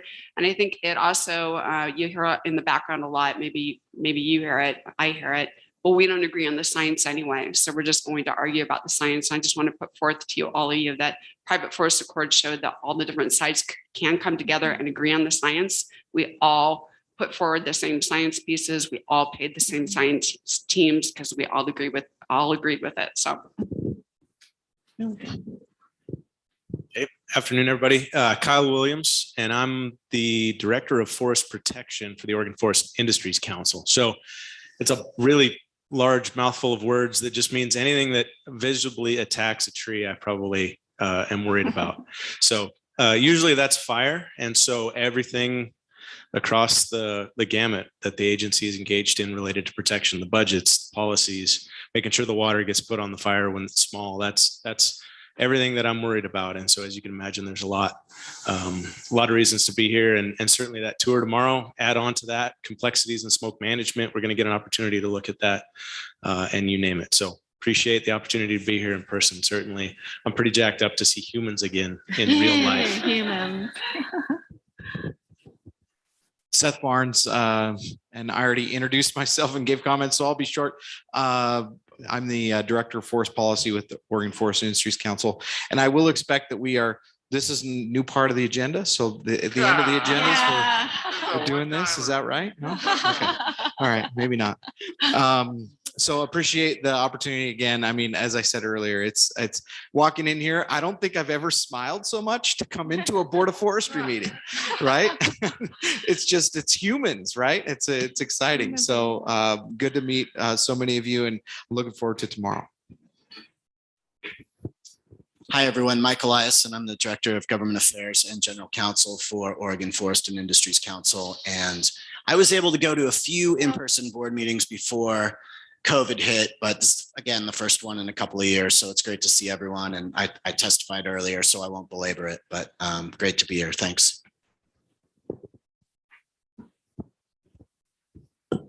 You're good. Thanks, Hillary.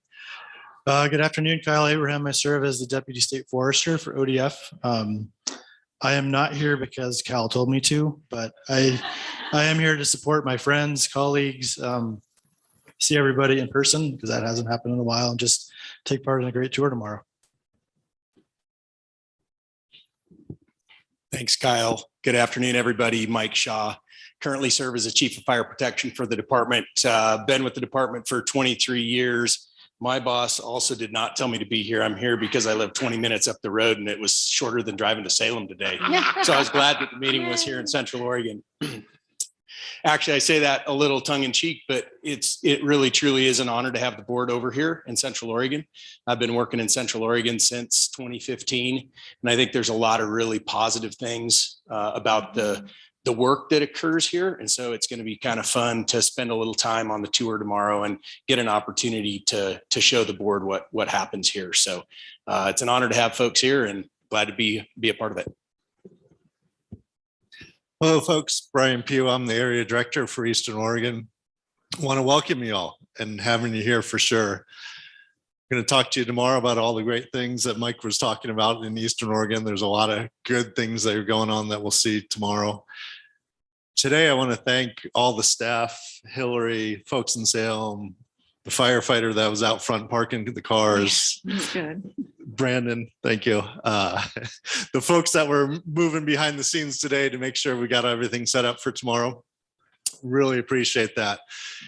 And recognize that we set this meeting up 3 times and canceled it twice over the last year and a half. So to actually have it is wonderful. In closing, I want to really thank the board members. I know your dedication, your endless work, your unpaid volunteer time to be here with us and on all our topics that we're working on is really appreciated. So thanks for being here. Again, here we go.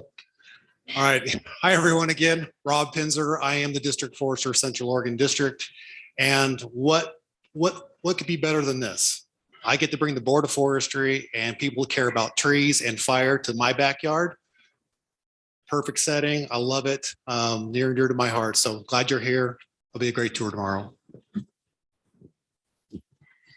Hi, good afternoon, everybody. My name is Kristen Dodd. I'm the unit forester for the Dallas unit, part of Central Oregon District. Been on the district since 2008, been with the agency for about 22 years. I've been to several board meetings over the years, and I also say welcome to the new board members and really appreciate you coming on and tackling these big topics that we have going on. Really looking forward to the tour tomorrow. A lot of the topics that we'll be covering are topics that are near and dear to my heart up in Hood River and Wasco counties, big issues that we're tackling with a lot of things going on. So really happy to be here.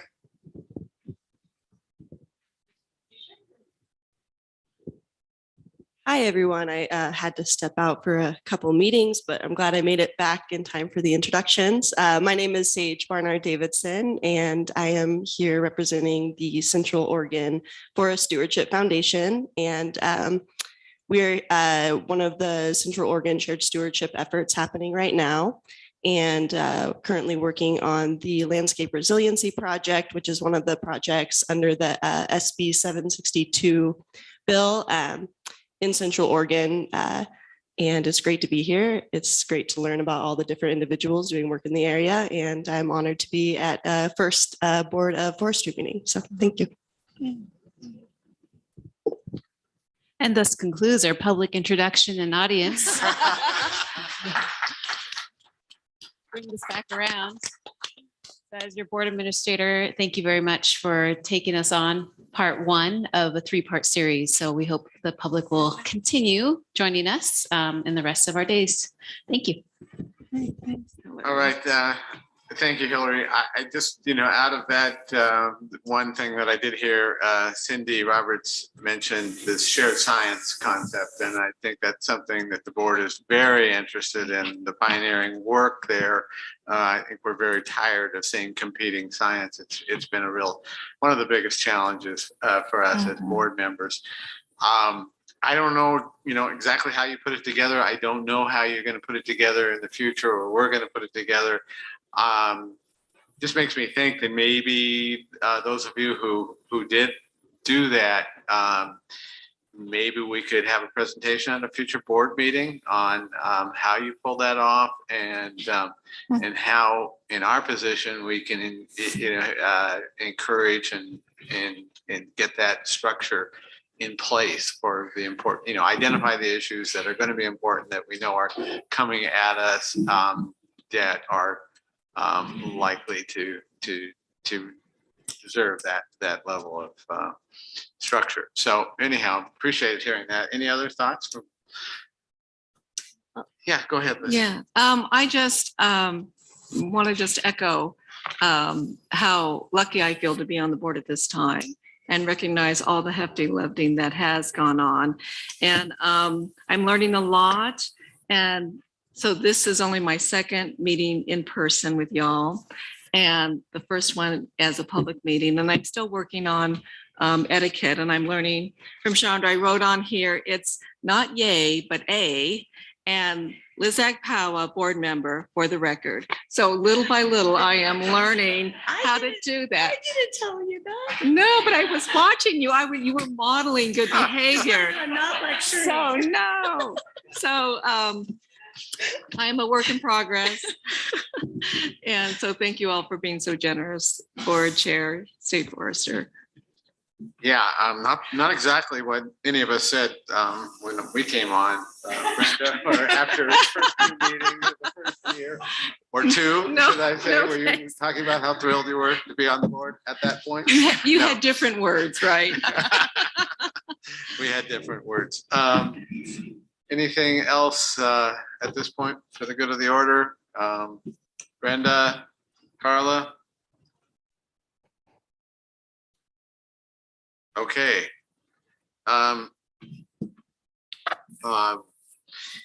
Given that, I'm going to get ready to adjourn this meeting.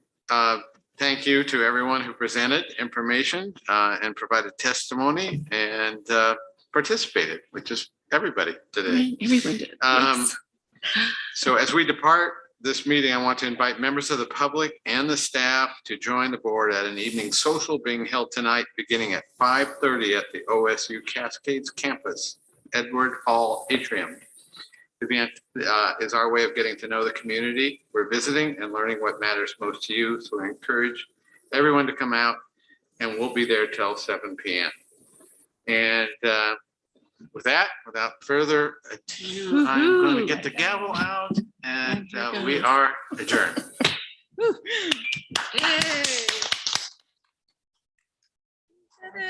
Look at, that's got to be a record. That's got to be a record. Oh, Even yeah. with the, Well, Liz, just so you know, the feeling is mutual. Oh. Having you up, like, and there's still a learning curve process that we have to. People on the agenda. But at the beginning of the meeting, it really kind of said, it's interesting, the tone it set.